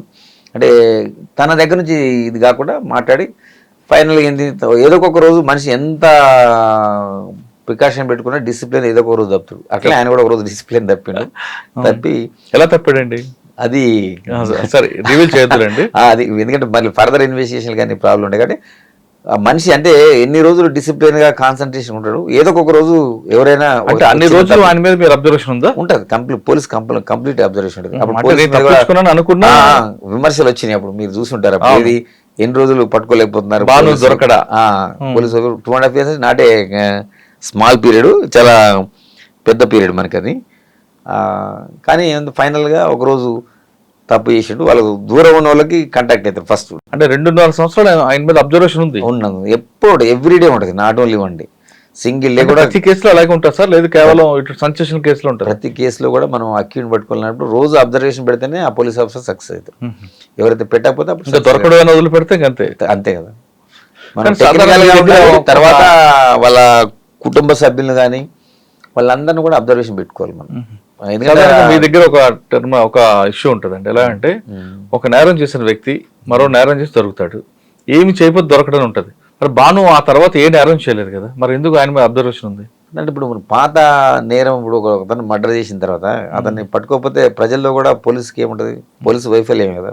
అవును, అతను పట్టుకొని అయితే కోర్టు ముందు ప్రవేశపెట్టి కోర్టు ద్వారా శిక్ష పడేటట్టు చేశారు కాబట్టి ప్రజల్లో నమ్మకం విశ్వాసం పోలీస్ శాఖ మీద ఉంటుంది. మనం తర్వాత చేయకపోవచ్చు కానీ అది చేసిన దానికి మనం ఏదైతే చేసిండో దానికి చట్ట ప్రకారం చర్య తీసుకోవాల్సిన పరిస్థితి ఉంటుంది కదా. సార్ ఆయన ఒక తప్పు చేశాడు, ఆ తప్పు తర్వాత ఆయన కర్ణాటక వచ్చాడు, అంతా వాస్తవం అంటారా? కరెక్టే కదా. వేరియస్ స్టేట్స్ మూవ్ అయిండు తర్వాత అది తెలుసు నాకు. నేను కూడా అసిస్ట్ చేసినప్పుడు మేము ఉన్నాం. అంటే అది రివీల్ చేయకూడదు, ఆల్రెడీ కన్వెన్షన్. Yes exactly. అంటే కొన్ని విషయాలు చెప్పొచ్చు, అన్ని విషయాలు కూడా ఇన్వెస్టిగేషన్ స్కిల్స్ అన్ని మనం బయటకు చెప్తే ఏమవుతుందంటే అవి నేరస్తులు నేర్చుకునే అవకాశం ఉంటుంది. దాంతో ఏంటంటే మళ్ళీ నేరస్తులు మనం పట్టుకోవాలంటే ఇంకో ఎక్కువ ఇబ్బంది పడాల్సి వస్తుంది. అంటే మీరు అంటున్నారు, కొంతమంది ఆఫీసులు అంటారు కొత్త నేరాలు వాటికి ఎంత ముందుకు వెళ్తే అంత పరిగెడతాం మేము కూడా అంటుంటారు. కరెక్ట్. నేను అదేమంటే మనం రివీల్ చేయకూడదు కదా. మీరు అన్నది నిజమే. నా స్కిల్స్ అన్నీ కూడా నేను మా పోలీస్ శాఖ ఎట్లా పట్టుకుంటుంది, మా పై ఆఫీసర్ నేను ఒక్కనే కదా, నా ఒక్క బ్రెయినే ఉండదు కదా. వాళ్ళందరూ కూడా టీమ్స్ డివైడ్ చేస్తారు, చేసి వేరియస్ టీమ్స్ అప్పుడున్న మనకు టెక్నికల్గా ఏమేమి ఉన్నాయి అట్లా ఆ విధంగా అడ్వాంటేజ్ తీసుకుంటాం. కరీంనగర్ 2 టౌన్ ఇన్స్పెక్టర్ గా వెళ్ళాను. అక్కడ 3 years. అప్పుడు మాకు ఫస్ట్ నేను వెళ్ళినప్పుడు శివకుమార్ గారు ఉన్నారు సార్, తర్వాత జోయల్ డేవి సార్ ఉన్నాడు, తర్వాత కమల్ హాసన్ రెడ్డి గారు ఉన్నారు. అట్లా 3 పీరియడ్ చేసిన నేను. ఆల్మోస్ట్ 3 years చేసిన కరీంనగర్ 2 టౌన్ ఇన్స్పెక్టర్. 3 సంవత్సరాల కరీంనగర్లో మీకు ఏముందండి మీ మార్క్? మా మార్క్ అంటే కరీంనగర్ 2 టౌన్లో అంటే ఫస్ట్ 2014లో వెళ్ళింది. అప్పుడు ఫస్ట్ 2 స్టేట్స్ సపరేట్ అయ్యి గవర్నమెంట్ ఫామ్ కావడం జరిగింది. మీరు అన్నట్టు చాలాసార్లు కేసెస్ అడిగారు. ఇప్పుడు నేను ఇప్పుడు వరకు ఎక్స్ట్రీమిజం, ఈ ఫైటింగ్ ఇవి చెప్పాను. మామూలుగా జనరల్ పోలీసింగ్ చెప్తున్నాను. ఫర్ ఎగ్జాంపుల్ ఒక కేసు అంటే మహిళలు ఎలా ఉంటారు అనేది మనం చూడవచ్చు. మన భారతీయులు కానీ ఉమెన్ ఎలా ఉంటారు, ఎట్లా భర్తలను ప్రొటెక్ట్ చేస్తారో ఒక చిన్న లైవ్ కేసు చెప్తే ఎగ్జాంపుల్. ఒక కేసులో ఒక ఆమె అక్కడ గ్యాస్ ఉన్నట్టు కృష్ణని నువ్వు ఆ గ్యాస్ని పోసుకొని అంటించుకున్నది, తనే సెల్ఫ్ అంటించుకుంది, హాస్పిటల్లో అడ్మిట్ అయిందని చెప్పి మా దగ్గర ఉండే ఒక ఏఎస్ఐ వెళ్ళి నైట్ అయింది కదా, అతను పోయి ఎగ్జామిన్ చేసి ఆమె స్టేట్మెంట్ తీసుకుంటే ఆమె కూడా చెప్పింది నేనే 1 roomలోకి వెళ్తే అది యాక్సిడెంటల్గా అంటుకుందని చెప్పింది. అదే చెప్పింది. తర్వాత మేము జనరల్గా ఏంటంటే మేము రిక్వెస్ట్ ఇస్తాం, మేజిస్ట్రేట్ గారు కూడా ఇస్తాం. ఎందుకంటే ఉమెన్ కాబట్టి వితిన్ 7 years మ్యారేజ్ ఉంటే డీడీ రికార్డ్ చేయించాం. మేజిస్ట్రేట్ కూడా ఆమె అదే చెప్పేసింది. నాకెందుకో డౌట్ వచ్చింది. నాకు ఈవెన్ అంటే ఒక మేజిస్ట్రేట్ స్టేట్మెంట్ రికార్డ్ అయితే జనరల్గా డిపెండ్ అవుతారు మా వాళ్ళు. నేనేం చేసిన అది ఎందుకు ఒకసారి విజిట్ చేస్తాను నేను. నాకు ఆ రోజు మార్నింగ్ బై విజిట్ చేసి ఆ సీన్ ఆఫ్ ఎవిడెన్స్ చూస్తే నాకు ఆమె ఏమని చెప్పింది, 1 roomలో అని చెప్పింది వీళ్ళ స్టేట్మెంట్లో. కానీ అక్కడ మనం ఫిజికల్గా అబ్జర్వేషన్ ఉంటుంది మాది కూడా. అబ్జర్వేషన్ అక్కడ చూస్తే ఏమనిపించింది నాకు, అది 1 roomలో జరగలేదు, ఆమె బెడ్రూమ్లో జరిగింది. జరిగిందంటే నాకు డౌట్ వచ్చి నేను ఆమెను మళ్ళీ పోయి నేను ఎగ్జామిన్ చేయడం జరిగింది. ఏమమ్మా నువ్వు అబద్ధం చెప్తున్నావు, ఎందుకు ఇట్లా జరగలేదు ఇది అడిగితే అప్పుడు కొంచెం ఏడ్చుకుంటా చెప్పింది, ఎస్ నిజమే సార్, మా భర్తనే పోసి ఇది చేసిండు, అడ్డు పెట్టిండు, కానీ నా పిల్లలు ఉన్నారు కదా, మళ్ళీ వాళ్ళ ఫ్యూచర్ పోతుంది, నేను చనిపోయినా పర్వాలేదు ఎట్లేం బతక నేను, మళ్ళీ ఆ భర్త కూడా వెళ్ళిపోతే పిల్లలు చూసుకునేటోళ్ళు ఎవరంటే అప్పుడు మనకేమనిపిస్తుంది, అప్పుడు నిజం కూడా నాకు కూడా ఫీల్ అనిపించింది. అయ్యో ఆవిడ చనిపోతూ కూడా భర్త గురించి ఆలోచించింది అంటే పిల్లలు కరెక్ట్. ఆవిడ చెప్పింది చనిపోతే భర్త జైలుకి వెళ్తే పిల్లలు అనాథలు అవుతారు. అవును. కానీ ఏం చేశారండి, నేను దాన్ని కరెక్టే మానవీయ గుణం చూడొచ్చు. కానీ అప్పుడు వాళ్ళ ఆ చిన్న పిల్లలు ఉంటారు ఇద్దరు, ఒకడు 3rd class, ఇంకొక అతను మోస్ట్లీ 4th class ఉన్నాడు. చిన్నపిల్లలు ఇద్దరు. ఆ పిల్లలు ఉన్నారు కదా, వాళ్ళని ఎగ్జామిన్ చేసిన. నాకున్న డౌట్ ప్రకారం నేను అంటే సైంటిఫిక్ అబ్జర్వేషన్ చేస్తే అది జరగలేదు. ఇప్పుడు కన్ఫర్మ్ చేసింది. వాళ్ళ సిస్టర్ కూడా అక్కడ ఉన్నది. ఆ సిస్టర్కి కూడా ఆమె రివీల్ చేయలే, నేను అడిగిన దాకా కూడా. సిస్టర్కి అప్పుడు చెప్పిన తర్వాత మాట్లాడుకున్నారు, ఇది జరిగింది సంఘటన బయటకు వచ్చిన తర్వాత నేను మళ్ళీ ఏమిటొచ్చి పిల్లల్ని కూడా దానికి కొరాబరేట్ చేయాలి కాబట్టి పిల్లల్ని కూడా ఎగ్జామిన్ చేస్తే వాళ్ళు కూడా చెప్పారు, మా మదర్కి ఫాదర్కి గొడవైన తర్వాత కిచెన్లో పోయి ఆ కృష్ణాలు తీసుకొచ్చి ఇక్కడ పోసి ఆ బెడ్రూమ్లో అంటించిన తర్వాత ఇక్కడ జరిగిందని ఆ పిల్లలు కూడా చెప్తారు. చిన్నపిల్లలని ఎగ్జామ్ వాళ్ళకి ఏం తెలియదు కదా, చిన్నపిల్లలు న్యాచురల్ ఏం జరిగిందో చెప్తారు. వాళ్ళిద్దరు స్టేట్మెంట్లు తర్వాత నేను రీ ఎగ్జామిన్ చేసి మళ్ళీ అతన్ని వాళ్ళ భర్తను అరెస్ట్ చేయడం జరిగింది. చేసి నేను ట్రయల్ కూడా జరిగింది. ట్రయల్ జరిగింది, అతను అరెస్ట్ చేసి జైలుకు పంపించడం జరిగింది. ట్రయల్లో కన్సర్న్డ్ కోర్టు కూడా అతని లైఫ్ కన్విక్షన్ ఇచ్చింది. ఇది చనిపోయిందంటే ఆమె చనిపోయింది. అయ్యో సార్, మరి ఆవిడ మీరు ఇక్కడ పోలీసింగ్ ఇక్కడ మనకి మానవీయ కోణం దేని ప్రయారిటీ ఇచ్చారంటే పోలీసింగ్ ఇచ్చారు, కానీ మరోవైపు కరెక్ట్ అయినప్పుడు నేరాన్ని మనం అట్లా చేయకపోతే ఇప్పుడు సమాజానికి ఏం మెసేజ్ పోతుంది? మనం నేరం జరిగింది, అతను భార్యను చంపిన తర్వాత అతనికి అదే అలవాటు ఇంకా నెక్స్ట్ ఇంకా చేయడం ఏముంది నేరం. కానీ ఆ పిల్లల భవిష్యత్తుకి వాళ్ళ ఎవరైతే వాళ్ళ ఫాదర్ ఉన్నాడు కదా, ఫాదరు సిస్టరు ఉన్నారు, వాళ్ళ ఫాదర్కి చెప్పడం జరిగింది. ఫాదర్ కూడా రోజు లేకుండే, మా ఫాదర్ ఆయన టేకప్ చేసుకున్నాడు. మేము కూడా సజెస్ట్ చేసి ఆ పిల్లలు కొద్దిగా అంత చదువుకున్న తర్వాత వాళ్ళు టేకప్ చేసుకున్నారు. సార్ ఆ కేసులో కన్విక్షన్ వచ్చింది అంటారు, కానీ డీడీ చూస్తే అది 174 కనిపిస్తుంది. అవును, కానీ ఇక్కడ లాస్ట్ వచ్చి 302కు మారింది. మరి డిఫెన్స్ సర్టిఫికేట్ ఏం లైన్ తీసుకున్నారు? చేసింది ఆయన. అదే కదా నేను గొప్పతనం అనేది. అంటే అప్పుడు జనరల్గా ఎవరైతే విచారణ చేసిన కోర్టు ఉన్నదో ఇవన్నీ నేను సైంటిఫిక్ ఎవిడెన్స్ కలెక్ట్ చేసి అని చెప్పి కదా, అక్కడ మా సైంటిఫిక్ టీం పోతుంది. పోయిన తర్వాత సంఘటన ఏ విధంగా జరిగింది స్కెచ్ మ్యాప్ ఉంటుంది, సీన్ ఆఫ్ అఫెన్స్ తీసుకుంటాం. దాంట్లో మన అన్ని ఆ సంఘటన వివరాలన్నీ జాగ్రత్త పెట్టి ఎవిడెన్స్, పిల్లలు కూడా ఎవిడెన్స్ ఇచ్చారు. వాళ్ళు ఎందుకంటే తర్వాత వాళ్ళ ఎవరైతే చనిపోయినా మా ఫాదర్ అయితే కూడా కదా, నా బిడ్డను చంపినంటే రియాక్ట్ అవుతారు కదా ఫాదర్. ఆ పిల్లల్ని అతనే భరోసా తీసుకున్నాడు కదా, అతన్ని పెంచుకున్నాడు. కానీ డిఫెన్స్ లైన్ ఏంటి? డిఫెన్స్ వాళ్ళు ఎట్లయినా చేస్తారు. ఇది చూడండి, మీ మేజిస్ట్రేట్ గారు కూడా చెప్పారు, కావాలని ఐఓ గారు ఇట్లా ఇది చేశారు, నా మీద ఆర్గ్యుమెంట్ చేశారు. కానీ అతను ఉన్నట్టు వేసింది. నేను కూడా ఎంత చాలా మంది అంటే మా దాంట్లో ఫస్ట్ మేజిస్ట్రేట్ది ఏదైతే ఉందో, ఫస్ట్ మేజిస్ట్రేట్ రికార్డ్ చేసినారు డీడీ, అది లేకుండా కొంతమంది సలహా ఇస్తారు మా దాంట్లో ఇన్వెస్టిగేషన్ అది. కానీ నేను అట్లా ఏం లేదు, దాన్ని కూడా పెట్టింది నేను, అందుకని వాళ్ళు నమ్మారు. ఎందుకంటే మనం నిజం దాచి పెడితే ఎప్పుడైనా కొంతమంది పక్కన పడేస్తారు. ఎగ్జాక్ట్లీ నేను అట్లా ఒప్పుకోలేదు. ఏం జరిగిందో ప్రతిదీ కోర్టు ముందర పెడితేనే కోర్టు కోర్టు తీసుకుంటుంది. కోర్టు కూడా నమ్మకం పెరుగుతుందని నేను అనుకున్నా ఆ సంఘటనతో. మీకు కరెక్ట్, ఎందుకంటే అది ఇచ్చినది ఎందుకు ఇచ్చిందో కూడా రీజనింగ్ కూడా అందులో మనం రాయలేదు. పెట్టలేదు. నాకంటే ముందు కొంత పోలీస్ ఆఫీసర్లు కూడా కామెంట్ చేశారు, అరే ఇది ఎట్లా పెడతారు, పెట్టకూడదు కదా అని. ఒక నాకంటే సీనియర్ ఒక ఏసీపీ కామెంట్ చేసిండు, ఆయన పేరు ఇప్పుడు చెప్పాను నేను. అంటే కానిస్టేబుల్ కింద ఉంటారు కదా మా కోర్టు డీల్ చేసేవాళ్ళు, అరే సార్ మీ మీద ఇట్లా కామెంట్ చేసిండు సార్ ఆయన, ఇట్లా పెడతారా ఎవరన్నా, మనం ఎందుకంటే మనం శిక్ష పడాలంటే మనం ఇది మనకి దానికి వ్యతిరేకం పెట్టుకుంటాం అని అన్నాడు ఆయన. అన్నాడు కానీ నేను అవేం కేర్ చేయలేదు, ఎందుకంటే నిజమే చెప్పాలి మనం ఎప్పుడు. ఎవరికైనా నిజం చెప్తేనే మనకి అప్పుడు కోర్టు నమ్మింది. అదే మనం కనుక దాచిపెట్టినట్టయితే అతను డిఫెన్స్ అతను రేజ్ చేసిన అప్పుడు ఏమైతుంది ఇష్యూ, అప్పుడు మన ఇన్వెస్టిగేషన్ మీద ఇంటిగ్రిటీ దెబ్బతింటుంది. అంటే నా మీద అనుమానం వస్తుంది, ప్లస్ అవుతుంది. సార్ కరీంనగర్లో తర్వాత ఎక్కడికి వచ్చారు? ఇంపార్టెంట్ అని చెప్పారు కదా, ఇంకొక కేసు కూడా ఇంపార్టెంట్ చెప్పండి. కరీంనగర్లో ఉన్నప్పుడు అంటే ఇన్స్పెక్టర్ కొంచెం మనం ఎస్హెచ్ఓ తర్వాత ఇన్స్పెక్టర్ కొంచెం మెచ్యూరిటీ లెవెల్ పెరుగుతుంది మనకి. ఫర్ ఎగ్జాంపుల్ అందులో ఇంకొక కేసు చెప్తున్నాను. ఇంకొక బాయ్ ఉంటాడు, అది కరీంనగర్లో మనకి కాశ్మీర్ గడ్డ అని ఉంటుంది పక్కన. దాంట్లో అది ఇంపార్టెంట్, ఇట్లా సెన్సేషన్ కేసు చెప్పాలంటే మీకు ఇంట్రెస్ట్ ఉంటుంది ప్రజలకు. అందులో ఒక మేనల్లుడు వాడి స్టడీయింగ్ మోస్ట్లీ సెకండ్ క్లాస్ చదువుతుండు పిల్లడు. వాడు మేనమామ అంటే వాడు ఇంటర్మీడియట్ చదువుతుండు, అప్పుడే కాలేజీకి పోతుండు.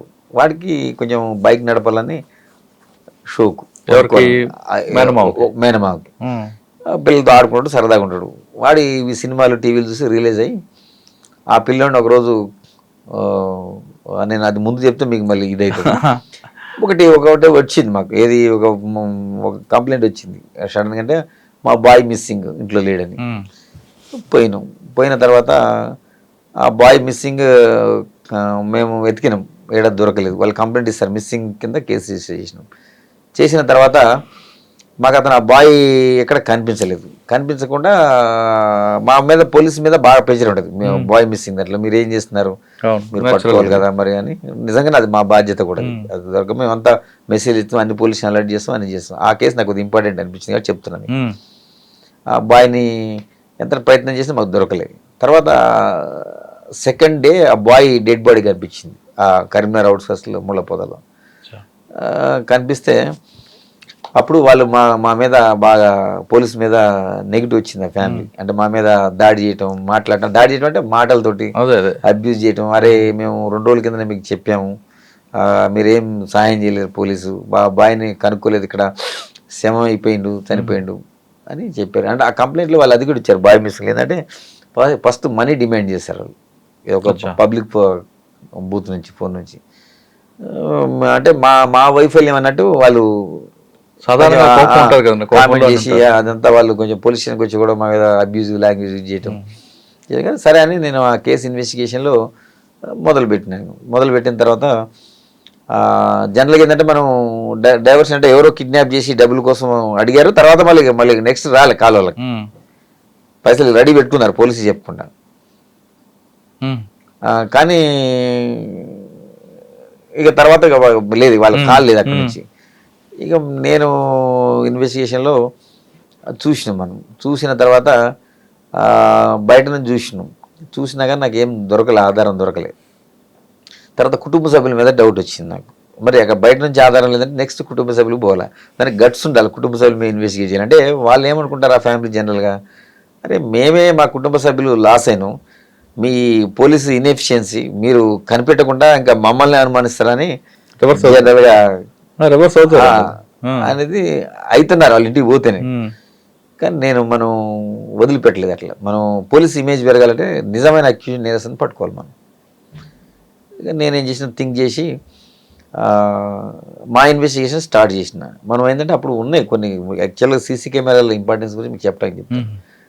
సీసీ కెమెరాలతోటి మనం ప్రయత్నం చేసినాం, చాలా చాలా చాలా చాలా చేయంగా ఈ బాయ్ని ఎక్కించుకొని ఇతను వీళ్ళ మేనల్లుడు ఎవరైతే ఉన్నాడో వాడిని ఎక్కించుకొని పోతుండే ఒక ప్లేస్. అంటే అది కూడా క్లారిటీ లేదు, బ్లర్, అప్పుడు అంత క్వాలిటీ లేవు సీసీ కెమెరా, జస్ట్ ఏదో ఇమేజ్ కనపడేది. మనం కష్టపడితే కొంచెం తెలుస్తుంది, అంటే 50-50% ఉంటుంది మనకి. అది ఒక స్కూల్ వాళ్ళు, అది ఏది నాట్ గవర్నమెంట్ ఇన్స్టిట్యూషన్, ఒక ప్రైవేట్ స్కూల్ ఉంటుంది. అంటే మేము సీసీ కెమెరా వేయడం కూడా అదొక ప్రయత్నం. అక్కడ క్యాచ్ అంటే ఆ పిల్లోడిని మర్డర్ కంటే ముందు అతను తీసుకుపోవడం జరిగింది. ఒక ప్లేస్లో మోటార్ సైకిల్ మీద ఎక్కించుకొని పోతాడు. అంటే ఎక్కించుకొని పోవచ్చు కానీ అతన్ని మనం పట్టుకొని మాట్లాడలేము, ఎందుకంటే పిల్లోడిని జనరల్గా ఎక్కించుకోకపోవడం తప్పులేదు కదా, అతని మీద డౌట్ రాదు కదా ఎవరికి. కాకపోతే అతని క్యారెక్టర్ స్టడీ చేసాం ఒక 2 days. అతను కొంచెం ఇంటి దగ్గర నుంచి పైసలు రావడం, చిల్లరగా దోస్తులతోటి తిరగటం, బయట కొంచెం మిస్బిహేవియర్, కొంచెం తాగటం, అట్లా టైప్ ఆఫ్ ఉంది వాడు. అప్పుడు ఏది ఇంటర్మీడియట్లోనే వాడు ఆ లెవెల్లో ఉన్నాడు, సెకండ్ ఇయర్లోనే. డౌట్ వచ్చి వన్ నైట్ మేము మా పాయింట్ ఆఫ్ వ్యూ ఏం చేస్తాం, బయట పికప్ చేసిన వాడిని. ఇంటి దగ్గర పోయే పరిస్థితి ఉంటుంది, అంటే ధైర్యం కావాలి నాకు కూడా. ఎందుకంటే ఇప్పుడు అప్పటికే వాళ్ళ కుటుంబ సభ్యుల్లో లాస్ అయిండు, సేమ్ వాళ్ళ మేనల్లుడు అంటే వాళ్ళు కూడా ఒప్పుకోరు. అతను పికప్ చేసి ఇక మా పాయింట్ ఆఫ్ వ్యూలో మేము అవి వేరే విధంగా ఉంటుంది, కొట్టకుండా తీసినాం, ఒక దెబ్బ కూడా కొట్టలేదు. అది కూడా చెప్తున్నా సైకలాజికల్గానే. అంటే సీసీ కెమెరా చూపించుకుంటూ మాట్లాడాను. తర్వాత అది ఫస్ట్ డినై చేసినా అతను ఆన్సర్ చేయాలి కదా, హ్యాస్ టు ఆన్సర్, నీకేం కాదు నేను చెప్తామని. సరే కొన్ని రకరకాలు ఉంటాయి. మనం హ్యూమన్ సైకాలజీ బిఎడ్లో కూడా చదివి ఉంటుంది, మీకు తెలిసి ఉంటుంది. ఆ హ్యూమన్ సైకాలజీ అంటే కొడితే పెద్ద విశేషం కాదు, మేము ఎవరిని కొట్టలే, కారు మనం బై క్వశ్చనింగ్ ఇంట్రాగేషన్. ఇంట్రాగేషన్ అంటే ఏమంటే మీరు కొడతారని అనుకుంటారు కాబట్టి జనరల్ ప్రజలు, అట్లనే ఒక్క దెబ్బ కూడా కొట్టకుండా అతని దగ్గర నుంచి ఇన్ఫర్మేషన్ తీసుకొని అక్కడ సీన్ ఆఫ్ అఫెన్స్ మనకి యాక్చువల్గా అట్లా ఉంటుంది, కొరాబరేట్ చేయాలి కేసుని. ఒక చాకు దొరుకుతుంది మనకి, ఏదైతే మర్డర్ జరిగిందో ఆ ప్లేస్లో ఆ చాక్ జరిగింది. ఆ పిల్లోడు అతను అడ్మిట్ అయిపోతాడు, కానీ అతను చంపిందంటే వీళ్ళు ఎవరు నమ్మరు. అవునండి మావాడు బండి ఎక్కించుకోకపోవచ్చు, కానీ ఎట్లా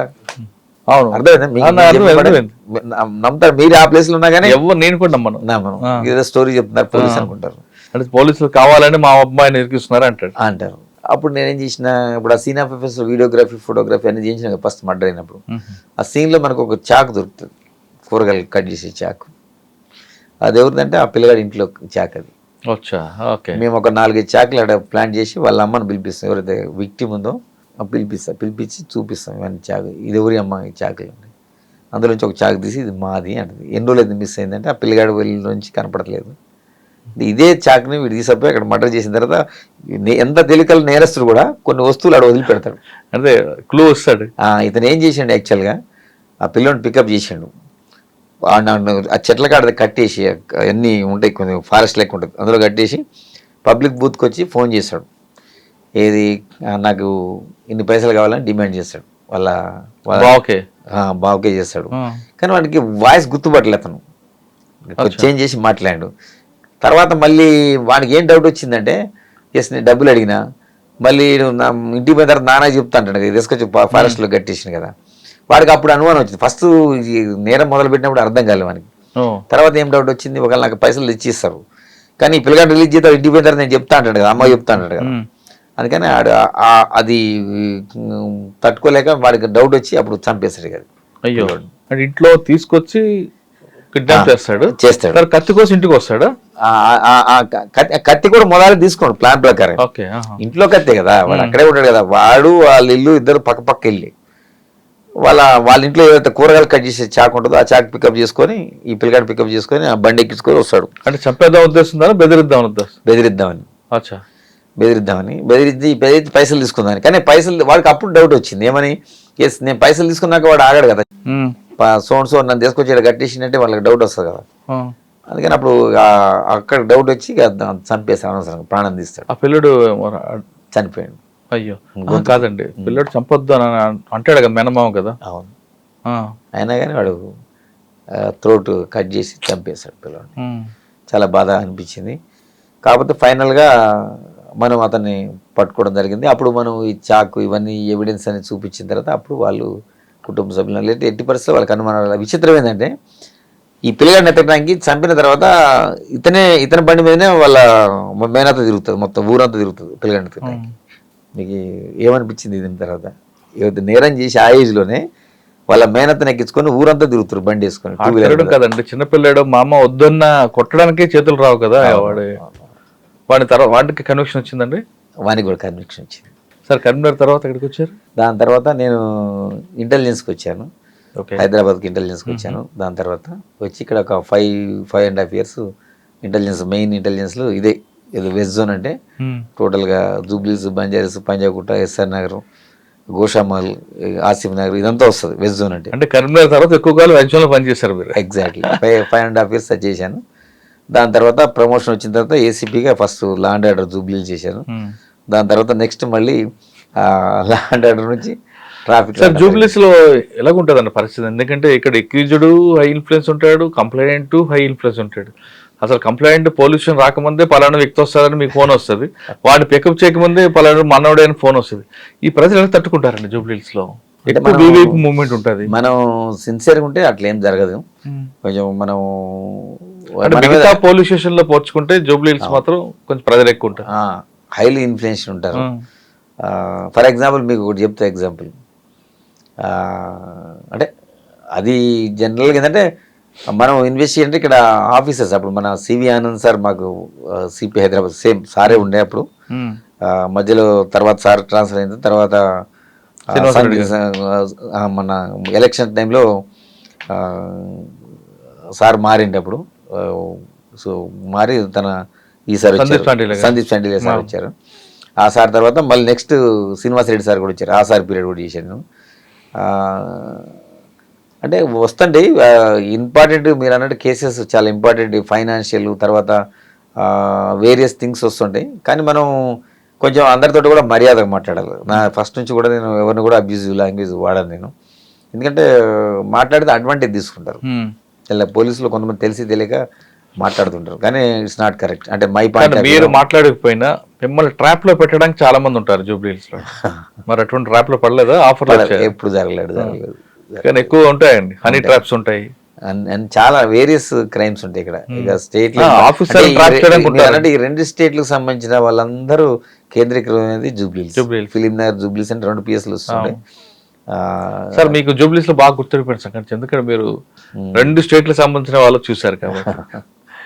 కేసు ఇన్వెస్టిగేషన్లో చాలా important. For example Lingotam Ram అని మన ఇక్కడ మన కృష్ణానగర్ దాంట్లో జరిగింది ఒకటి సంఘటన ఇంపార్టెంట్ మర్డర్ కేసు. అంటే ఏసీపీ కంటే నాకు నేనే సూపర్వైజర్ ఆఫీసర్ కాబట్టి నైట్ నేను అప్పుడే ఇంటికి వెళ్ళిన తర్వాత 11 o'clock నాకు కాల్ వచ్చింది, ఒక మర్డర్ జరిగింది మన ఇక్కడ కృష్ణానగర్లో.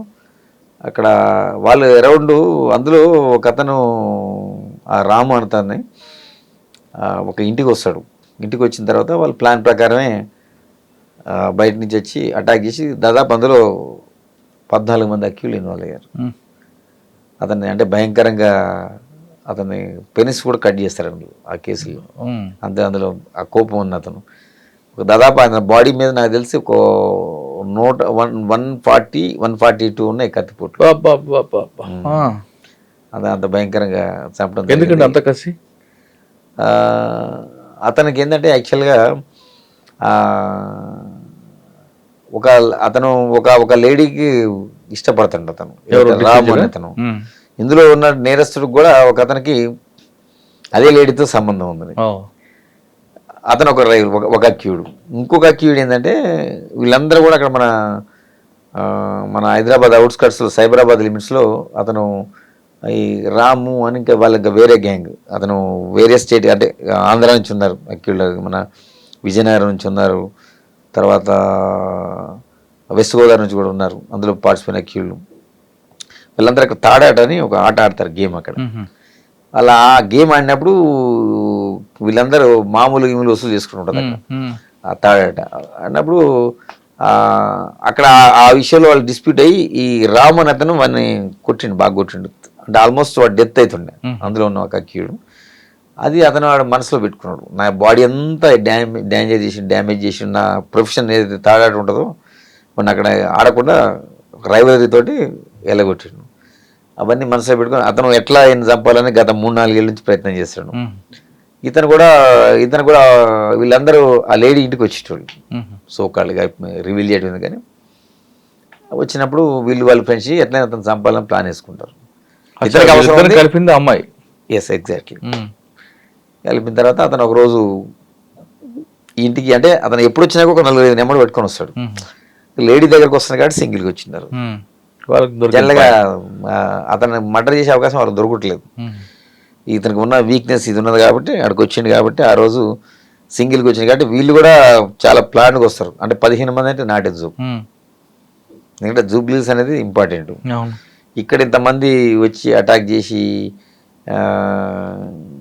కాబట్టి మనం ఆ రోజు ఏదో సంఘటన జరిగిందో ఇమ్మీడియట్గా వచ్చేసి మనం వాళ్ళ ఎటు అటు పారిపోతారు. మనం సైంటిఫిక్గా ఆ నైటే మనం పికప్ చేయడం జరిగింది మెయిన్ అక్యూల్ని. ఓకే, 5 o'clock లోపల పికప్ చేసి అరెస్ట్ చేసి వాళ్ళకి ఎలా దొరికాడండి మెయిన్? అసలు సాధారణంగా కింద వాళ్ళు దొరుకుతారు కదా, పైన దొరకడు కదా. దొరికింది మాకు. అంటే మా ప్రయత్నంతో మా ఇన్స్పెక్టర్ ఫిలింనగర్ ఇన్స్పెక్టర్ ఉండే అప్పుడు శ్రీనివాస్ అని ప్రజెంట్ ఉన్నాడు ఆయన ఇప్పుడు కూడా. అతను తర్వాత జూబ్లీస్లో కూడా ఇంకొక ఇన్స్పెక్టర్ ఉన్నాడు వెంకటేశ్వర రెడ్డి అని ప్రజెంట్ ఉన్నాడు అతను. వీళ్ళిద్దరిని టీమ్స్ వైజ్ చేసి పంపిస్తే మేము టెక్నికల్గా ఇవన్నీ రివీల్ చేస్తాను. టెక్నికల్ పని చేస్తే వాళ్ళు లక్కీగా దొరికారు. మాకు కూడా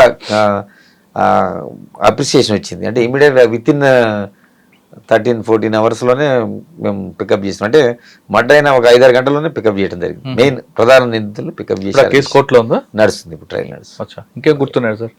కానీ జూబ్లీహిల్స్లో ఒక కేసులో ఒకటి పిలిచారనుకోండి, బాగా ప్రెజర్ వచ్చింది అన్నది కేసే ఉందా? అట్లే ఉంది కానీ వస్తుంది, మనం చెప్తే కన్విన్స్ అవుతారు. అట్లే ఉంటుంది, ప్రెజర్ ఉంటుంది కానీ మనం కూడా వాళ్ళకి చెప్పే తిరిగి చెప్తే ప్రజలు అవుతాయి. కానీ ఎక్కువ పబ్బులు అని ఉంటాయి కదండి, పబ్బుల్లో డిస్టర్బెన్స్ ఎక్కువ ఉంటుంది. ఒకవైపు పబ్బుల నుంచి డబ్బులు వస్తున్న ఆరోపణలు ఉంటాయి, ఒక పబ్బులు పట్టుకోలేదని మీ ఆఫీసర్లు అక్షంతలు ఉంటాయి, పబ్బుల్లో గొడవలు అవుతుంటాయి. ఇదంతా ఎలాగండి? ఆ కల్చర్ని ఎలాగ మీరు అడ్జస్ట్ అయ్యారు? లేదు, మా పైన ఆఫీసర్స్ కూడా స్ట్రిక్ట్ మానిటరింగ్ ఉంటుంది. మాతో పాటు టాస్క్ ఫోర్స్ ఉంటుంది. మా సిపి గారు కానీ మా డీసీపీ గారు కానీ వీళ్ళందరూ మానిటరింగ్ చేస్తుంటారు. ఆ టైమింగ్స్ ఉంటాయి, స్పెసిఫిక్ టైమింగ్స్. మనం మామూలుగా Friday, Saturday 1 o'clock దాకా, మామూలు మిగతా రోజుల్లో మనం Sunday 12 o'clock ఉంటుంది. ఆ టైమింగ్ స్ట్రిక్ట్గా అన్నీ బంద్ చేస్తారు, అట్లేం లేదు. స్ట్రిక్ట్గా వాడికి ప్రజెంట్ కాన్సెల్ పోతాడు. కొన్ని పబ్బులు కొంతమందికి ఇస్తాం. కానీ అప్పుడులోనే పబ్బుల్లో టైంకి నడకపోవడం వల్ల డబ్బుల కోసం ఆశించే ఒక ఇన్స్పెక్టర్ కూడా దొరుకుతారు, సస్పెండ్ అవుతారు కదా. అది మాకంటే ముందు అది జరిగింది. అది జరిగింది. మేము ఇప్పుడు ఈ మధ్యకాలంలో అయితే అట్లాంటిది ఏం లేదు సంఘటన. అది సిన్సియర్గా అన్ని పబ్బులు బంద్ చేయటం, టైమింగ్స్ బంద్ చేయటం, మనకి పెద్ద సంఘటనలు కూడా ఏం జరగలేవు నాకు తెలిసి అయితే. మరి ఎక్కువ కాలం పనిచేయకుండా మరి ట్రాఫిక్ ఎందుకు వచ్చారు? ఎక్కువ అంటే మా డిపార్ట్మెంట్ ట్రాన్స్ఫర్స్ అనేది సర్వసాధారణం. కానీ 2 years చేయలేదు కదా మీరు? చేయలేదు. మనకి ఇది ఇచ్చారు కాబట్టి ఇది చేస్తున్నాం ఇప్పుడు అంతే. Sir law and almost 1 year గా వచ్చింది ఇది కూడా. లాండన్ ట్రాఫిక్ వచ్చారు. అవును. పంజగుట్ట ఇక్కడ కూడా మీకు ప్రెజర్ ఎక్కువ ఉంటుంది. ఇది జనరల్గా పంజాగుట్ట అంటారు, చాలా మంది పంజాగుట్ట అంటారు. ఇది ట్రాఫిక్ వెస్ట్. ఇది వెస్ట్ అంటే మనకి వెస్ట్ జోన్ మొత్తం వస్తుంది. కూర్చోటం బట్టి మేము పంజాగుట్టలో ఉంటుంది. ఓకే. ఈ ట్రాఫిక్ దీంట్లో నాకు వచ్చి దీంట్లో ఎస్ఆర్ నగర్ మీకు ఐడియా ఉంటుంది, పంజాగుట్ట ఉంటుంది, బంజారా హిల్స్ ఉంటుంది, జూబ్లీ హిల్స్ ఉంటుంది. సార్ ఈ 4 కూడా సిటీకి పెద్ద హెడేక్ అండ్ పోలీస్ స్టేషన్లు. ఎక్కడ ఏ మూవ్మెంట్ సిటీలో జరగాలి ఈ 4 పోలీస్ లిమిట్స్లో ముఖ్యంగా పంజాగుట్ట. ఒకవైపు వివిఐపి మూవ్మెంట్ ఉంటుంది, ఒక పబ్లిక్ ఉంటుంది, ఇంకా పీక్ స్టేజ్లో అసలు చెప్పలేని బాధ ఉంటుంది. ఒకసారి ఒక జామ్ అయిందంటే 2-3 కిలోమీటర్లు ఈజీగా ఆగిపోతుంది. ఎలాంటి దీన్ని కంట్రోల్ చేస్తున్నారు ఇక్కడ? మెయిన్ నేను ఫస్ట్ మీకు అడిగాను, మీకు పబ్లిక్ ట్రాఫిక్ సెన్స్ ఉందా లేదా? ఉన్నది, హైదరాబాద్లో ఉన్నది. నేను వేరే సిటీస్ కూడా నాకు ఐడియా ఉన్నది, తిరిగాను. మనం అనుకుంటాం కానీ హైదరాబాద్లో మంచిగా ఉన్నది. ఇంతకుముందు మా సిపి ఆనంద్ సార్ కూడా చాలా ఎక్స్పీరియన్స్డ్ థింగ్, ఎందుకంటే ఆ సార్కి ట్రాఫిక్ మీద చాలా ఆయన ట్రాఫిక్ లో 4 years చేశారు. ఎస్, ఎగ్జాక్ట్లీ అవగాహన ఉంది. మాకు చాలా వ్యాలిడ్ పాయింట్స్ చెప్తారు. అదేవిధంగా మా ట్రాఫిక్ అడిషనల్ కమిషనర్ విశ్వప్రసాద్ గారు, అదేవిధంగా ప్రజెంట్ డీసీపీ గారు రాహుల్ రెడ్డి గారు, వీళ్ళందరూ కూడా టీం వర్క్. మాకు ఏదన్నా సజెషన్స్ తనకున్న ఎక్స్పీరియన్స్ తోటి. మీకు వాళ్ళ సుపీరియర్స్ ఎలాంటి గైడెన్స్ ఇచ్చినా మీరు ఇంప్లిమెంట్ చేసినా పబ్లిక్ సపోర్ట్ లేకపోతే మీరేం చేయగలరు? ఉన్నది, అట్లేం లేదు. పబ్లిక్ సపోర్టు కూడా ఉన్నది. ఎందుకంటే అవేర్నెస్ ప్రోగ్రామ్స్ మనం చాలా ఆర్గనైజ్ చేయడం జరుగుతుంది. ఫర్ ఎగ్జాంపుల్ మీరు అన్నారు ఇంతకుముందు కొన్ని విషయాలు. ఇప్పుడు రైనీ సీజన్ చాలా డేంజర్. మిగతా సీజన్ల కంటే కూడా రైనీ సీజన్ తీసుకుందామండి. వర్షం పడిందంటే ముందు నిమ్స్ జామ్ అవుతుంది. అవును, మీకు పెద్ద ప్యాక్ కనిపిస్తుంది. మరి ఎలా దాన్ని కంట్రోల్ చేస్తాం? అవును, ఈ మధ్య గారు మన ఈ నూతన ప్రభుత్వం వచ్చిన తర్వాత సీఎం గారు కొంత ఇనిషియేషన్ తీసుకున్నారు. ఇప్పుడు మనకి నిమ్స్ దగ్గర మీరు అన్నారు కదా, ఆ కేసీపీ అని ఉంటుంది, అదే రాజ్భవన్ ముందు ఉంటుంది. అవి పెద్ద ఇప్పుడు సీఎం సార్ రావడం వచ్చిన తర్వాత అవి చూసి అక్కడ వాటర్ హెవీగా వచ్చిన తర్వాత అంతా దానికి ఏం చేసిన కనెక్టివిటీ పెద్ద మీకు తెలియదు, చాలామంది తెలియదు. అది ఇప్పుడు నెక్స్ట్ రైనీ సీజన్లో అట్లా అయ్యే అవకాశం ఉండదు. ఎందుకంటే సంపు కట్టారు, చాలా పెద్ద హెవీ సంపులు కట్టారు మీ కేసీపీ కింద అండర్ గ్రౌండ్ కట్టి, వర్షం నీరంతా వచ్చి అది కనెక్టివిటీ అయ్యి మళ్ళీ హుస్సేన్ సాగర్ పోయేటట్టు అండర్ గ్రౌండ్ పైపులు కూడా వేయడం జరిగింది. అక్కడ కట్టారు, తర్వాత సెక్రటరీ దగ్గర కట్టారు. మీరు అయితే ఈ సంవత్సరం ప్రాబ్లం ఉండదు అంటున్నారు. అది అమీర్పేట కూడా సేమ్ ప్రాబ్లం ఉంటుంది. కొంచెం ముందుకు వెళ్ళక ఈఎస్ఎస్ సేమ్ ప్రాబ్లం ఉంటుంది. అమీర్పేట మనకి ఉన్నది. ఫర్ ఎగ్జాంపుల్ అమీర్పేట మీరు అన్నది కరెక్ట్. అది యూసుఫ్ కూడా వచ్చేది ఉంది కదా, అది మైత్రివనం దగ్గర కూడా మనకి అవుతుంది. అక్కడ మైత్రివనం కన్నా ముందు మీకు అమీర్పేట బస్ స్టాండ్ దాటిన తర్వాత ఒకటి ఉంటుందండి. అమీర్పేట అంటే టువర్డ్స్ మీరు ఎర్రగడ్డ వైపు అన్నారా, ఇటు అమీర్పేట నుంచి పంజాగుట్ట వైపు? పంజాగుట్ట వైపు మీకు అక్కడ అది మేజర్ ఏముండదు, తొందరనే పోతే మన కింద అది కూడా లిటిల్ బిట్ కట్టారు సంపులు. అక్కడ కూడా మైత్రివనం దగ్గర కూడా మనకి హర్ష మెస్ అవన్నీ ఉంటాయి. అక్కడ కూడా మనం కింద లిటిల్ బిట్ సంపులు కట్టారు. ఇప్పుడు ఏది వచ్చిన తర్వాత హోల్స్ తీసి అవి అంటే టైం పడుతుంది కానీ బట్ అప్ టు అంత ఇష్యూ ఉండకపోతే అనుకుంటాను నేను. మన నెక్స్ట్ రైనీ మనం అబ్జర్వ్ చేయొచ్చు. సార్ వెహికల్స్ పెరుగుతున్నాయి, రోడ్ స్పేస్ పెరగట్లేదు, మరి ఎలా? అంటే మనకి హైదరాబాద్ అనేది ఇప్పుడు షాపింగ్ కాంప్లెక్స్ తీసుకోండి, అటు పార్కింగ్ అంతా రోడ్డు మీద ఉంటుంది, సెల్లార్లో ఉన్న పార్కింగ్ ఉంటుంది. లేదు, ఇక్కడికి వచ్చిన తర్వాత మనం వాటి మీద యాక్షన్ తీసుకోవడం జరుగుతుంది. మనం అడుగుతారు రిపోర్ట్. మీరు అన్నట్టు హైదరాబాద్ అనేది ఎప్పుడు అప్రతిహతంగా పెరిగిపోతుంది సిటీ అనేది. మనకి సైబరాబాద్ కనెక్షన్ ఫర్ ఎగ్జాంపుల్ మనకి జూబ్లీస్ నుంచి ఇప్పుడు కేబుల్ బ్రిడ్జ్ వచ్చిన తర్వాత మెజారిటీ వెహికల్స్ మనకి అటు వెళ్తున్నాయి. ఇది కనెక్టివిటీ సైబరాబాద్కి హైదరాబాద్కి. మీరు అన్నట్టు హైదరాబాద్లో క్రక్స్ ఇదే, ఈ 4 PS లిమిట్సే. ఏది ఎస్ఆర్ నగర్ కానీ జూబ్లీ కానీ పంజాగుట్ట. అంటే విఐపి మూవ్మెంట్. మన ప్రైమ్ మినిస్టర్ గారు వచ్చినా ఇటే వస్తారు, రాజ్భవన్కి వస్తారు. ప్రెసిడెంట్ గారు వచ్చినా ఇక్కడికి వచ్చారు. నేను ఇవన్నీ చేసిన బందోబస్తులు మేము. తర్వాత సీఎం గారిది రెగ్యులర్గా మూవ్మెంట్ ఉంటుంది, గవర్నర్ గారు ఉంటుంది. అవి కాక కూడా వేరే స్టేట్ సీఎంస్ కూడా వస్తారు రిగార్డింగ్ హాస్పిటల్స్ వాటి మీద. మీరు అన్నట్టు హబ్ ఇది, చాలా హబ్, చాలా ఇంపార్టెంట్. ఇక్కడ కూడా ఎప్పుడు మనం స్టాఫ్ని అప్రమత్తం కూస్తాం మేము. ఈ సిగ్నల్స్ కూడా మనం మీరు అన్నట్టు స్టాప్ లైన్స్, తర్వాత ఈ ఓవర్ స్పీడింగ్, తర్వాత సిగ్నల్ జంపింగ్, వీటన్నిటి మీద కూడా మనం రెగ్యులర్గా వాచ్ పెడుతున్నాం, ఫైన్స్ వేస్తున్నాం. పబ్లిక్ కూడా అవేర్నెస్ కొన్ని ప్రోగ్రామ్స్ మనం కండక్ట్ చేయడం జరుగుతుంది. దాంతో మనకి ఈ విఐపి మూమెంట్స్లో కూడా అప్పటి లెక్క పాత రోజుల లెక్క మనం ఆపుతాం. ఈ సీఎం గారు వచ్చిన తర్వాత స్పెసిఫిక్గా సిపి గారు చెప్పడం జరిగింది, విఐపీస్ ఎవరు కూడా అంటే అంతకుముందు మొత్తం కంప్లీట్ ఆపేది. అట్లా కాకుండా ఇప్పుడు సెమీ గ్రీన్ చేస్తున్నాం. కొన్ని వెహికల్స్ ఉంటూనే ఉంటాయి వాళ్ళ రూట్లో కూడా. అచ్చా. ఇది ఓన్లీ ఈవెన్ సీఎం గారు కూడా స్వయంగా చెప్పడం జరిగింది, ఇది సెమీ గ్రీన్లో వెళ్తాం, నేను నా గురించి ట్రాఫిక్ ఆపొద్దు అనేది వచ్చింది. అందుకని మినిమైజ్ చేసి మనం 1.5 minutes 2 minutes కంటే ఎక్కడ కూడా ఎవరిని కూడా రిస్ట్రిక్ట్ చేయలేదు. ఆపోజిట్లో కూడా ట్రాఫిక్ నడుపుతున్నాం మీరు అబ్జర్వ్ చేశారు ఇప్పుడు. ఎందుకంటే అంతకుముందు విఐపి వస్తుందంటే ఆపోజిట్ కూడా ఆపేది సీఎం గారు. ఇప్పుడు జూబ్లీస్ లో సీఎం గారు పాస్ అయ్యారు అనుకోండి, ఇంత ముందు ఏముండదు, జూబ్లీస్ పాస్ అయితే పంజగుట్ట క్రాస్ అయ్యే వరకు, టైల్ పంజగుట్ట వచ్చే వరకు ట్రాఫిక్ ఆపేది. ఇప్పుడు ఎక్కడ ఆపుతున్నారు, ఎన్ని కిలోమీటర్ ఆపుతారు, ఎన్ని కిలోమీటర్ దానికి ఓపెన్ చేస్తారు? ఫర్ ఎగ్జాంపుల్ మనం సీఎం గారు జూబ్లీ చెక్ పోస్ట్ పాస్ అయ్యారు. ఎగ్జాక్ట్లీ నేను అదే చెప్పబోతాను మీకు. సీఎం గారు అక్కడ లెఫ్ట్ అయింది అనుకోండి, ఇక్కడ జూబ్లీస్ లో రెసిడెన్స్ దగ్గర అక్కడ కేబుల్ బ్రిడ్జ్ ఉంటుంది, దాన్ని ఆపుతాం. జస్ట్ ఆయన 45 జంక్షన్ ర్యాంక్లో అది రిలీజ్ చేసేస్తాం. ఓకే, అతను 45 జంక్షన్ నుంచి సీఎం సార్ కాన్వాయ్ మనం ఫర్ ఎగ్జాంపుల్ చెక్ పోస్ట్ వచ్చింది అనుకో, ఆ 45 రిలీజ్ చేస్తాం బ్యాక్ ఏమంటే జస్ట్ చెక్ పోస్ట్ నుంచి అతను ఎన్టీఆర్ భవన్ రాంగ్లోనే కాన్వాయ్ మేము మళ్ళీ ఇది ఇక్కడ ఎన్టీఆర్ భవన్ రాకముందు పంజగుట్ట ఆపుతారా, ఎన్టీఆర్ భవన్ వరకు ఆపుతారా? ఎన్టీఆర్ భవన్ వరకు అంటే ఒక్కొక్క జంక్షన్ ఆపుతున్నాం. 4-5 జంక్షన్ ఎగ్జాక్ట్ 4-5 జంక్షన్లు నాకు తెలిసి ఒక 10-15 నిమిషాలు ఆపేది. ఇప్పుడు నాట్ 1.5 minutes 2 minutes అంతే, అది కూడా జంక్షన్ టు జంక్షన్. సేమ్ గారు కూడా కోఆపరేట్ చేస్తున్నారు బాగా ఎందుకంటే ప్రజలు బాగా ఇబ్బంది పడుతున్నారు. దీన్ని ఆపటం వల్ల మినిమైజ్ చేయాలి. అవసరమైతే నేను ట్రాఫిక్లో కూడా పోతాను ఒక్కోసారి. సార్ మమ్మల్ని ఎప్పుడైనా ట్రాఫిక్లో వెహికల్స్ వచ్చినా కానీ సీఎం గారు అది ఇప్పుడు ఉదయం 8 గంటలకు డ్యూటీ ఎక్కారు మీ వాళ్ళు. అసలు ట్రాఫిక్ పోలీస్ అనేది ఫేస్ ఆఫ్ పోలీస్. ఫస్ట్ మన అక్కడ నుంచి స్టార్ట్ అవుతుంది, మిగతా లా అండ్ ఆర్డర్ అనేది సెకండరీ ఉంటారు. Face of police and traffic. అటువంటి ట్రాఫిక్ వాళ్ళకి మీ మెన్ గురించి పొద్దున్న డ్యూటీకి మధ్యాహ్నం 8 hours దాటిన తర్వాత 8 hours దిగిపోవడానికి ఉంటుంది. వాళ్ళు ఒక్కొక్కసారి 12 గంటలు చేస్తారు, 14 గంటలకు చేసే రోజులు కనిపిస్తాయి.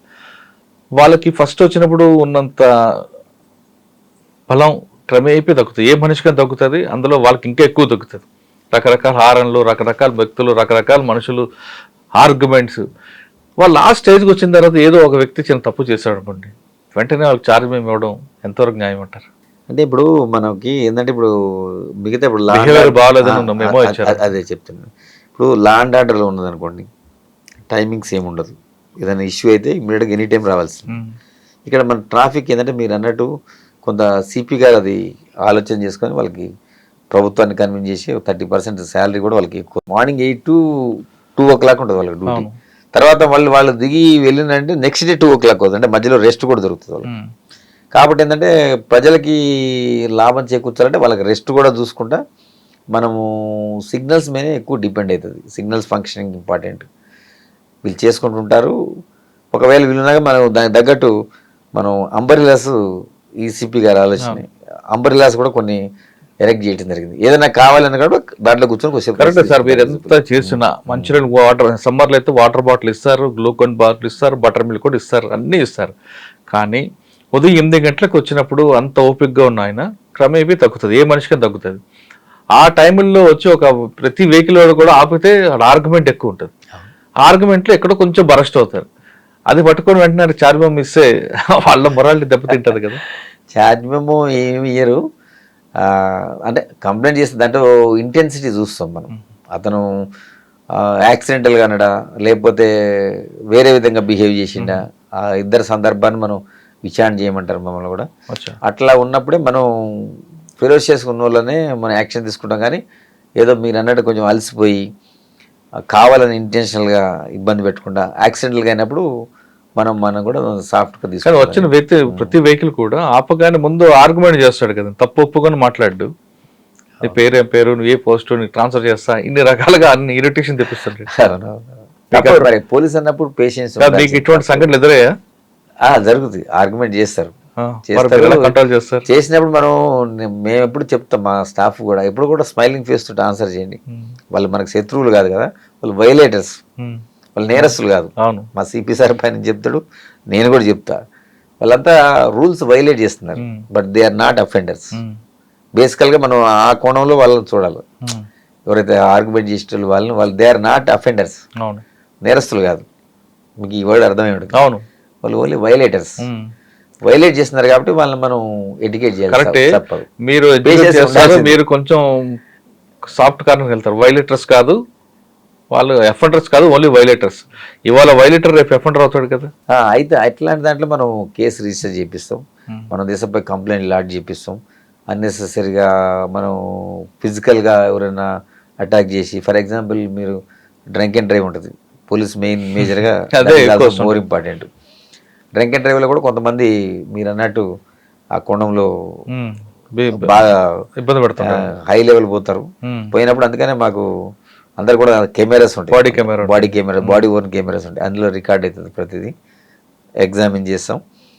అతను తాగి దిగిపోయిన తర్వాత అతనికి తెలిసిపోతుంది అంత.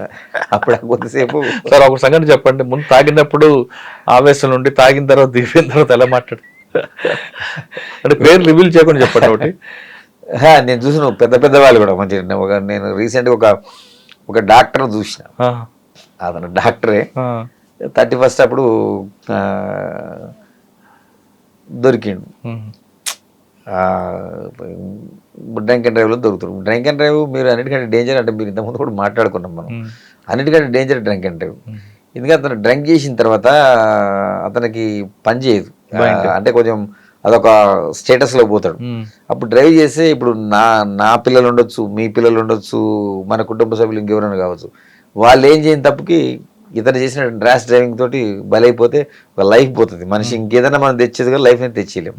అందుకనే ప్రభుత్వాలు కూడా ఆలోచించి డ్రంక్ అండ్ డ్రైవ్ సీరియస్ స్ట్రిక్ట్గా ఇంప్లిమెంట్ చేస్తున్నారు. కాబట్టి నేను చెప్తున్నా, చదువుకున్న వాళ్ళు, ఎడ్యుకేటెడ్, అంతా నాలెడ్జ్ ఉన్న వాళ్ళు కూడా కొన్ని తప్పులు చేస్తుంటారు.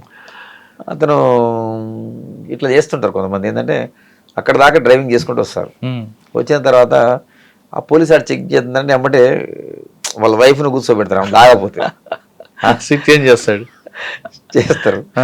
మేమేం చేస్తామంటే జనరల్గా వీళ్ళు ఏమనుకుంటారంటే ఇక్కడే చెక్ చేస్తున్నారు అనుకుంటారు, కానీ మేము సీక్రెట్ వెనక కూడా పెడతాం. మేము కొంతమంది పబ్లిక్లో కొంతమంది అక్కడ కెమెరా ఇచ్చి పెడతాం.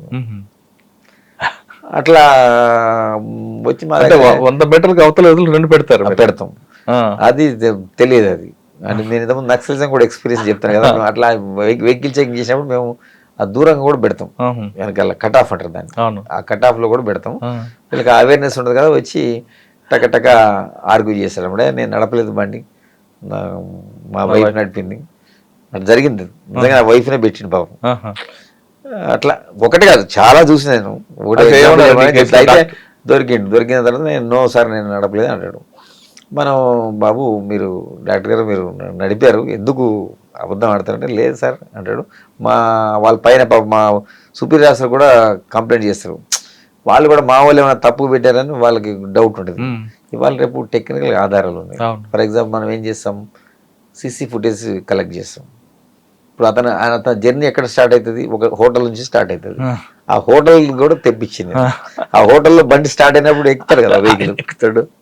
తర్వాత ఇక్కడ మారింది ఉంటుంది కదా, ఇక టెక్నికల్గా కళ్ళ ముందు చూపించిన తర్వాత అప్పుడు దండం పెడతాడు, తప్పైంది సార్ అంటే మరి ఎందుకు జరిగిందేమో జరిగింది, మీరు వైలేట్ చేశారు, మీరు ఇంకా నేరం చేయలే, మీరు వైలేట్ చేసినప్పుడు నేరం చేశాడు కదా. అదే అంటాను నేను.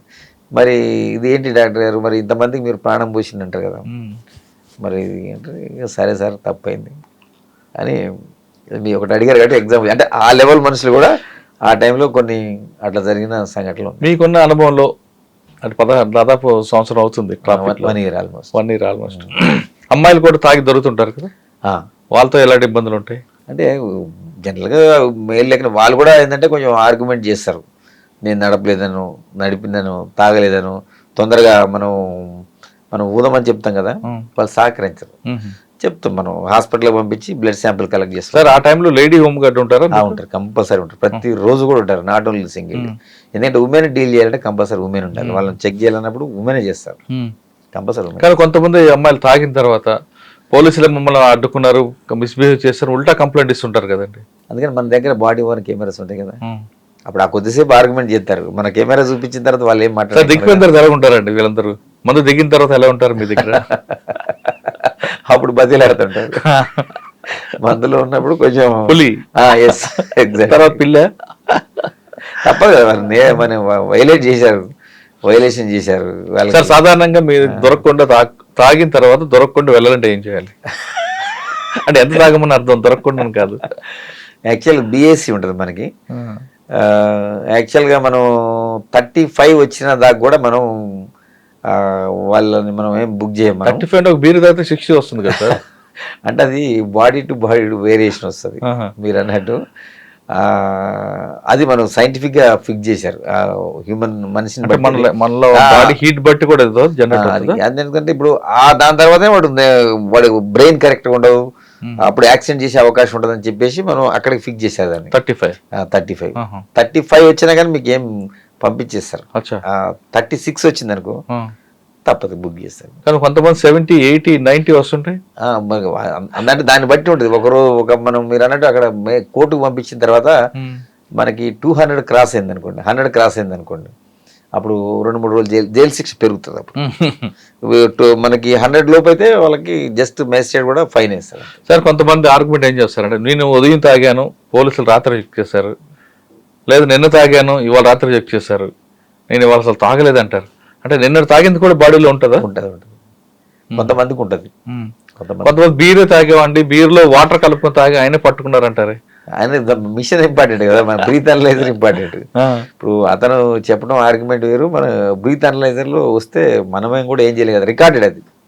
ఒకసారి వేసిన తర్వాత మనకి ఆన్లైన్ వెళ్ళిపోతుంది. నేను తర్వాత కొంతమంది ఆర్గ్యుమెంట్ ఏం చేస్తారంటే, భార్య ఇంట్లో తాగితే భార్య కొడుతుంది, బయట తాగితే మీరు పట్టుకుంటారు, మరి ఎక్కడ తాగాలి అని క్వశ్చన్ వచ్చింది. అందుకని మనం చెప్తున్నాం కదా, ఇప్పుడు తాగమని ప్రభుత్వం అనుమతి ఇచ్చింది, కరెక్ట్, ప్రభుత్వానికి ఆదాయం వస్తుంది అంటారు. అది నిజమే. ఇప్పుడు మీరు చెప్పింది వాస్తవమే, కానీ ఇప్పుడు ఏం చేయమని చెప్తున్నా, మనం నువ్వు ఉన్నప్పుడు డ్రైవర్ని ఎంగేజ్ చేసుకోవాలి. అంత డబ్బులు నా దగ్గర ఉంటే నేను ఎందుకు క్వార్టర్ తాగుతానంటాడు. అట్లాంటప్పుడు ఇంట్లోనే తాగాలి. ఇంట్లో తాగితే పెళ్ళం కొడుతుంది కదా.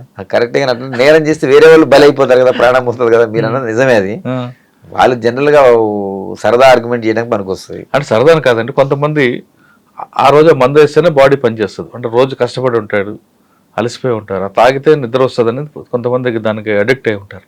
అటువంటి వాళ్ళకి ఇది తప్పదు, వాళ్ళు ఇంటికి పోయి లేదు నడుచుకుంటూ పోవాలి కాదు.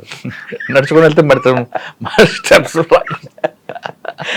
మరి వేరే మార్గం లేదు కదా, వాళ్ళు నడుచుకుంటూ పోతేనే సేఫ్ సైడ్ మనకి. డ్రంక్ అండ్ డ్రగ్స్ కాస్త పక్కన పెడతాం.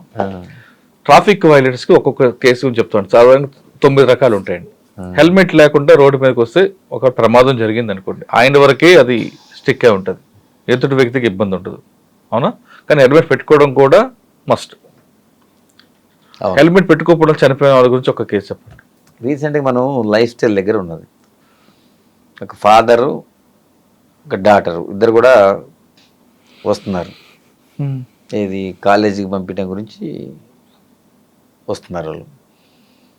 అతను హెల్మెట్ లేదు, ఆ అమ్మాయి కూడా హెల్మెట్ లేదు.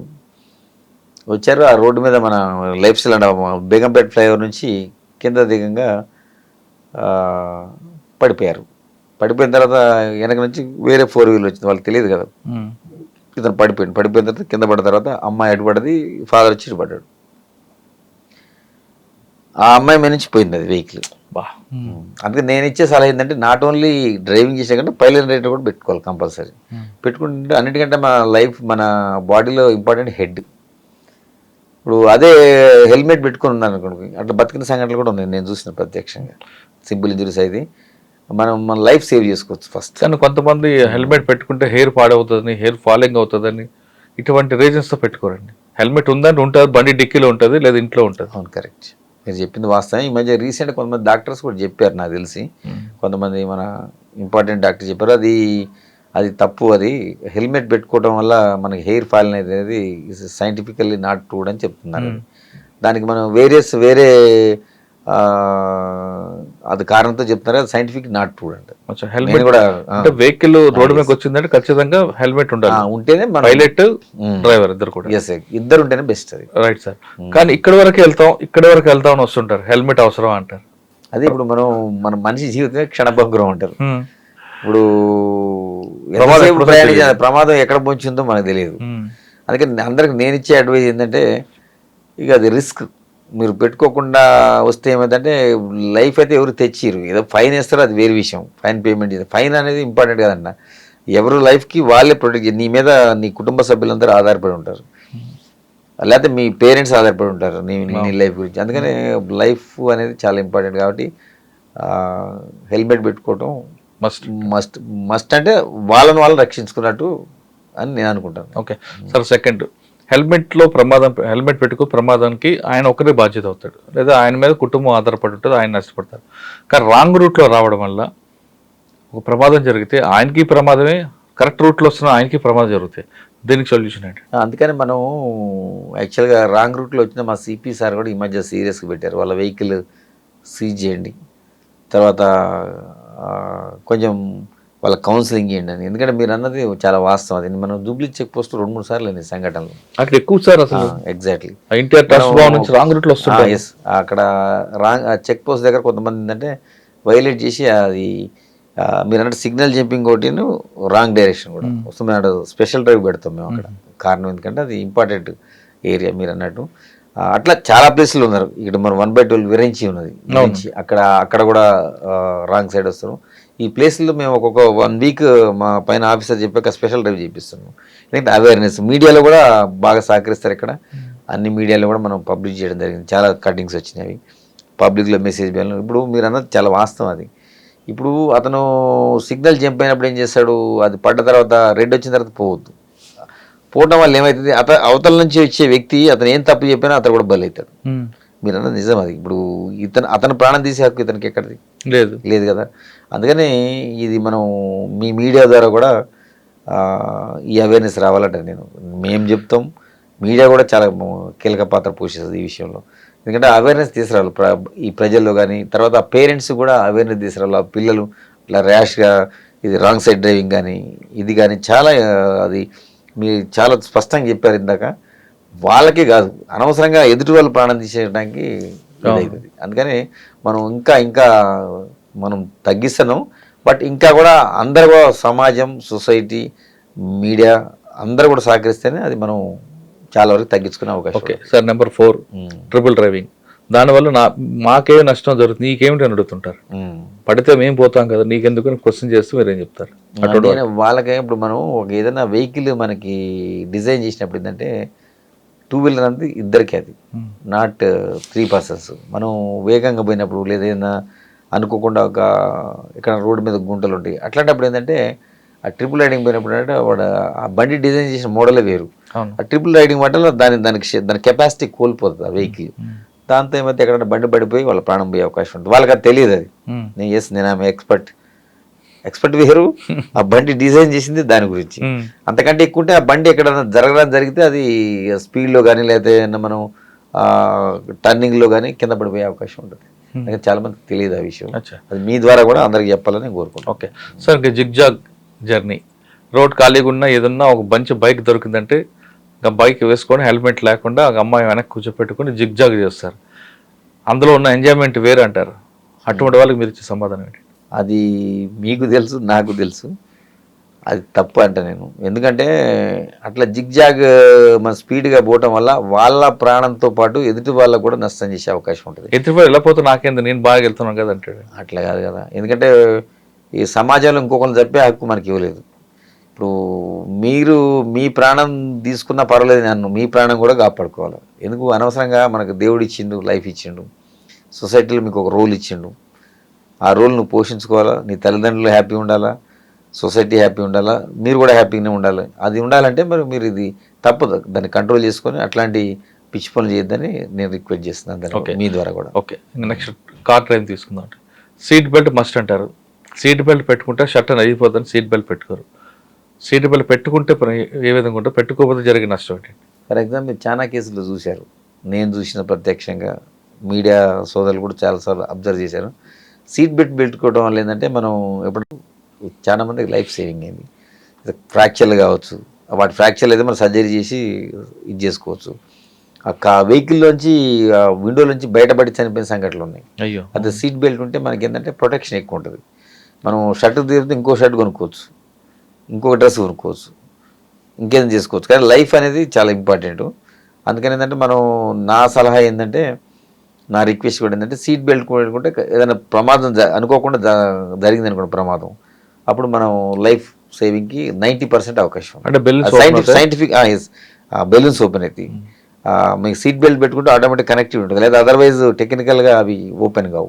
అది ఫ్రంట్ కూర్చున్న వాళ్ళకి. నేను బ్యాక్ కూర్చునే వాళ్ళకి కూడా చెప్తాను. నేను చాలా సంఘటనలో మనకి మన సీట్ బెల్ట్ పెట్టుకున్న వాళ్ళు లైఫ్ సేవ్ కావటం జరిగింది. సార్ కొంతమంది కార్లకి బంపర్లు పెట్టుకుంటారు షో కోసం, మ్మ్. కానీ బంపర్ గుద్దితే బండి డ్యామేజ్ కాదు, కానీ స్కానర్స్ పనిచేయడం వల్ల బెలూన్స్ ఓపెన్ అవ్వు. మరి పెట్టుకోమంటారా వద్దంటారా? అదే అట్లా బంపర్స్ పెట్టుకోవడం కరెక్ట్ కాదు. ఎందుకంటే మన వెహికల్ డిజైన్ చేసిందే ఇప్పుడు ఆర్టీఏ కానీ ప్రభుత్వం కానీ కొన్ని అప్రూవ్డ్ ఉంటాయి. ఇవన్నీ ఎక్స్ట్రా ఫిట్టింగ్స్ ఇవన్నీ పెట్టుకోవడం వల్ల ఏంటంటే ఎప్పుడన్నా జరగడానికి చిన్న చిన్న యాక్సిడెంట్లు అయినప్పుడు కూడా అవి తగలడం వల్ల కూడా ఎక్కువ స్పీడ్తో తగిలి ఎదుటి వాళ్ళకి ఎక్కువ ప్రమాదం జరిగే అవకాశం ఉంటుంది.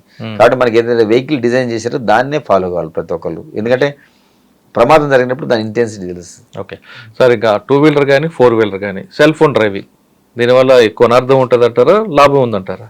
సెల్ ఫోన్ డ్రైవింగ్ అనేది చాలా డేంజర్, అన్నిటికంటే కూడా డేంజర్ అది. ఎందుకంటే అప్పుడు మనం 4 వీలర్లో పోతున్నాడు, మనం ఫోన్ మాట్లాడకుండా మన కాన్సన్ట్రేషన్ అంతా దెబ్బతింటుంది, డ్రైవింగ్ మీద ఉండదు, రోడ్డు మీద ఉంటుంది. ఎస్ రోడ్డు మీద ఉండదు.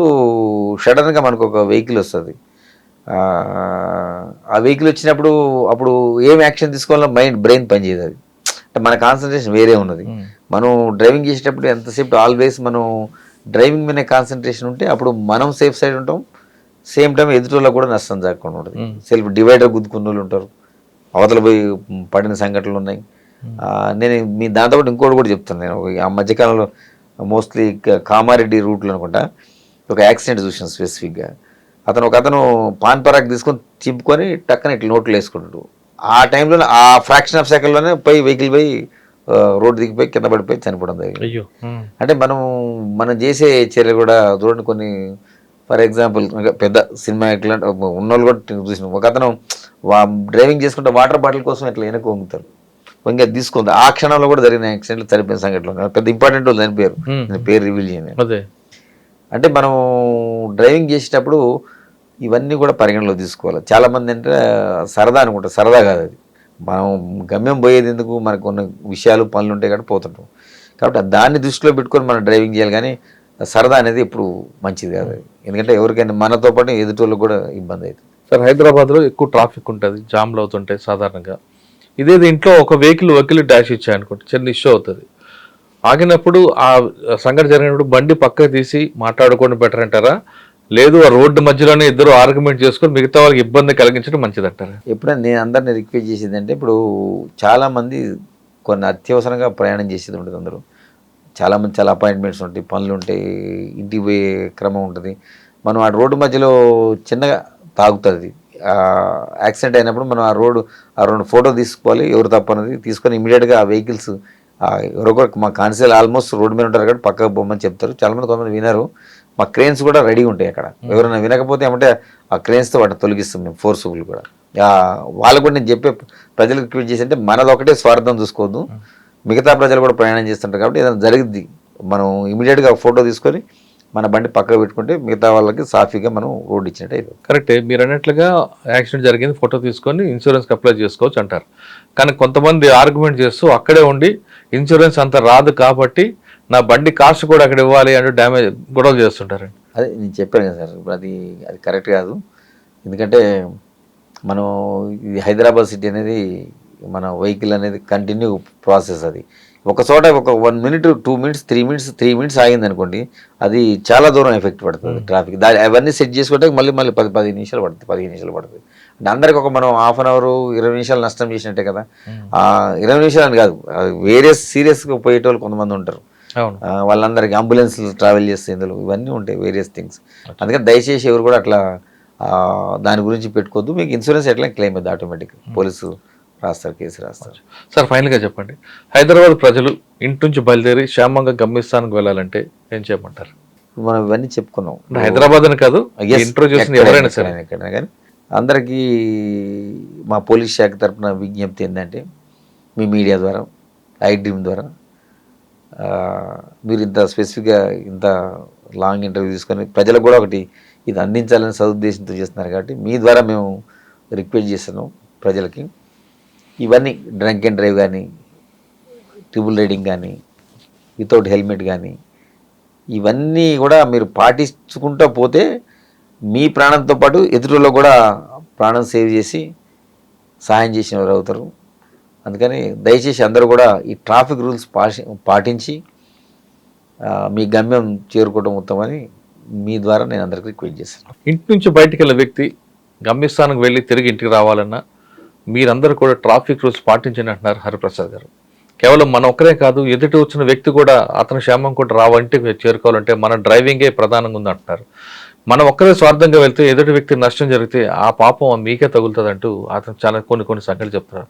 ఖచ్చితంగా ట్రాఫిక్ రూల్స్ పాటించండి, మీరందరూ హ్యాపీగా ఉండాలని కోరుకుందాం. ఇది హరిప్రసాద్ గారితో ఎక్స్క్లూజివ్ ఇంటర్వ్యూ. వచ్చే వారం మరో విషయంలో మళ్ళీ కలుద్దాం. అందరికీ నమస్తే. Thank you sir. Thank you very much. Welcome sir.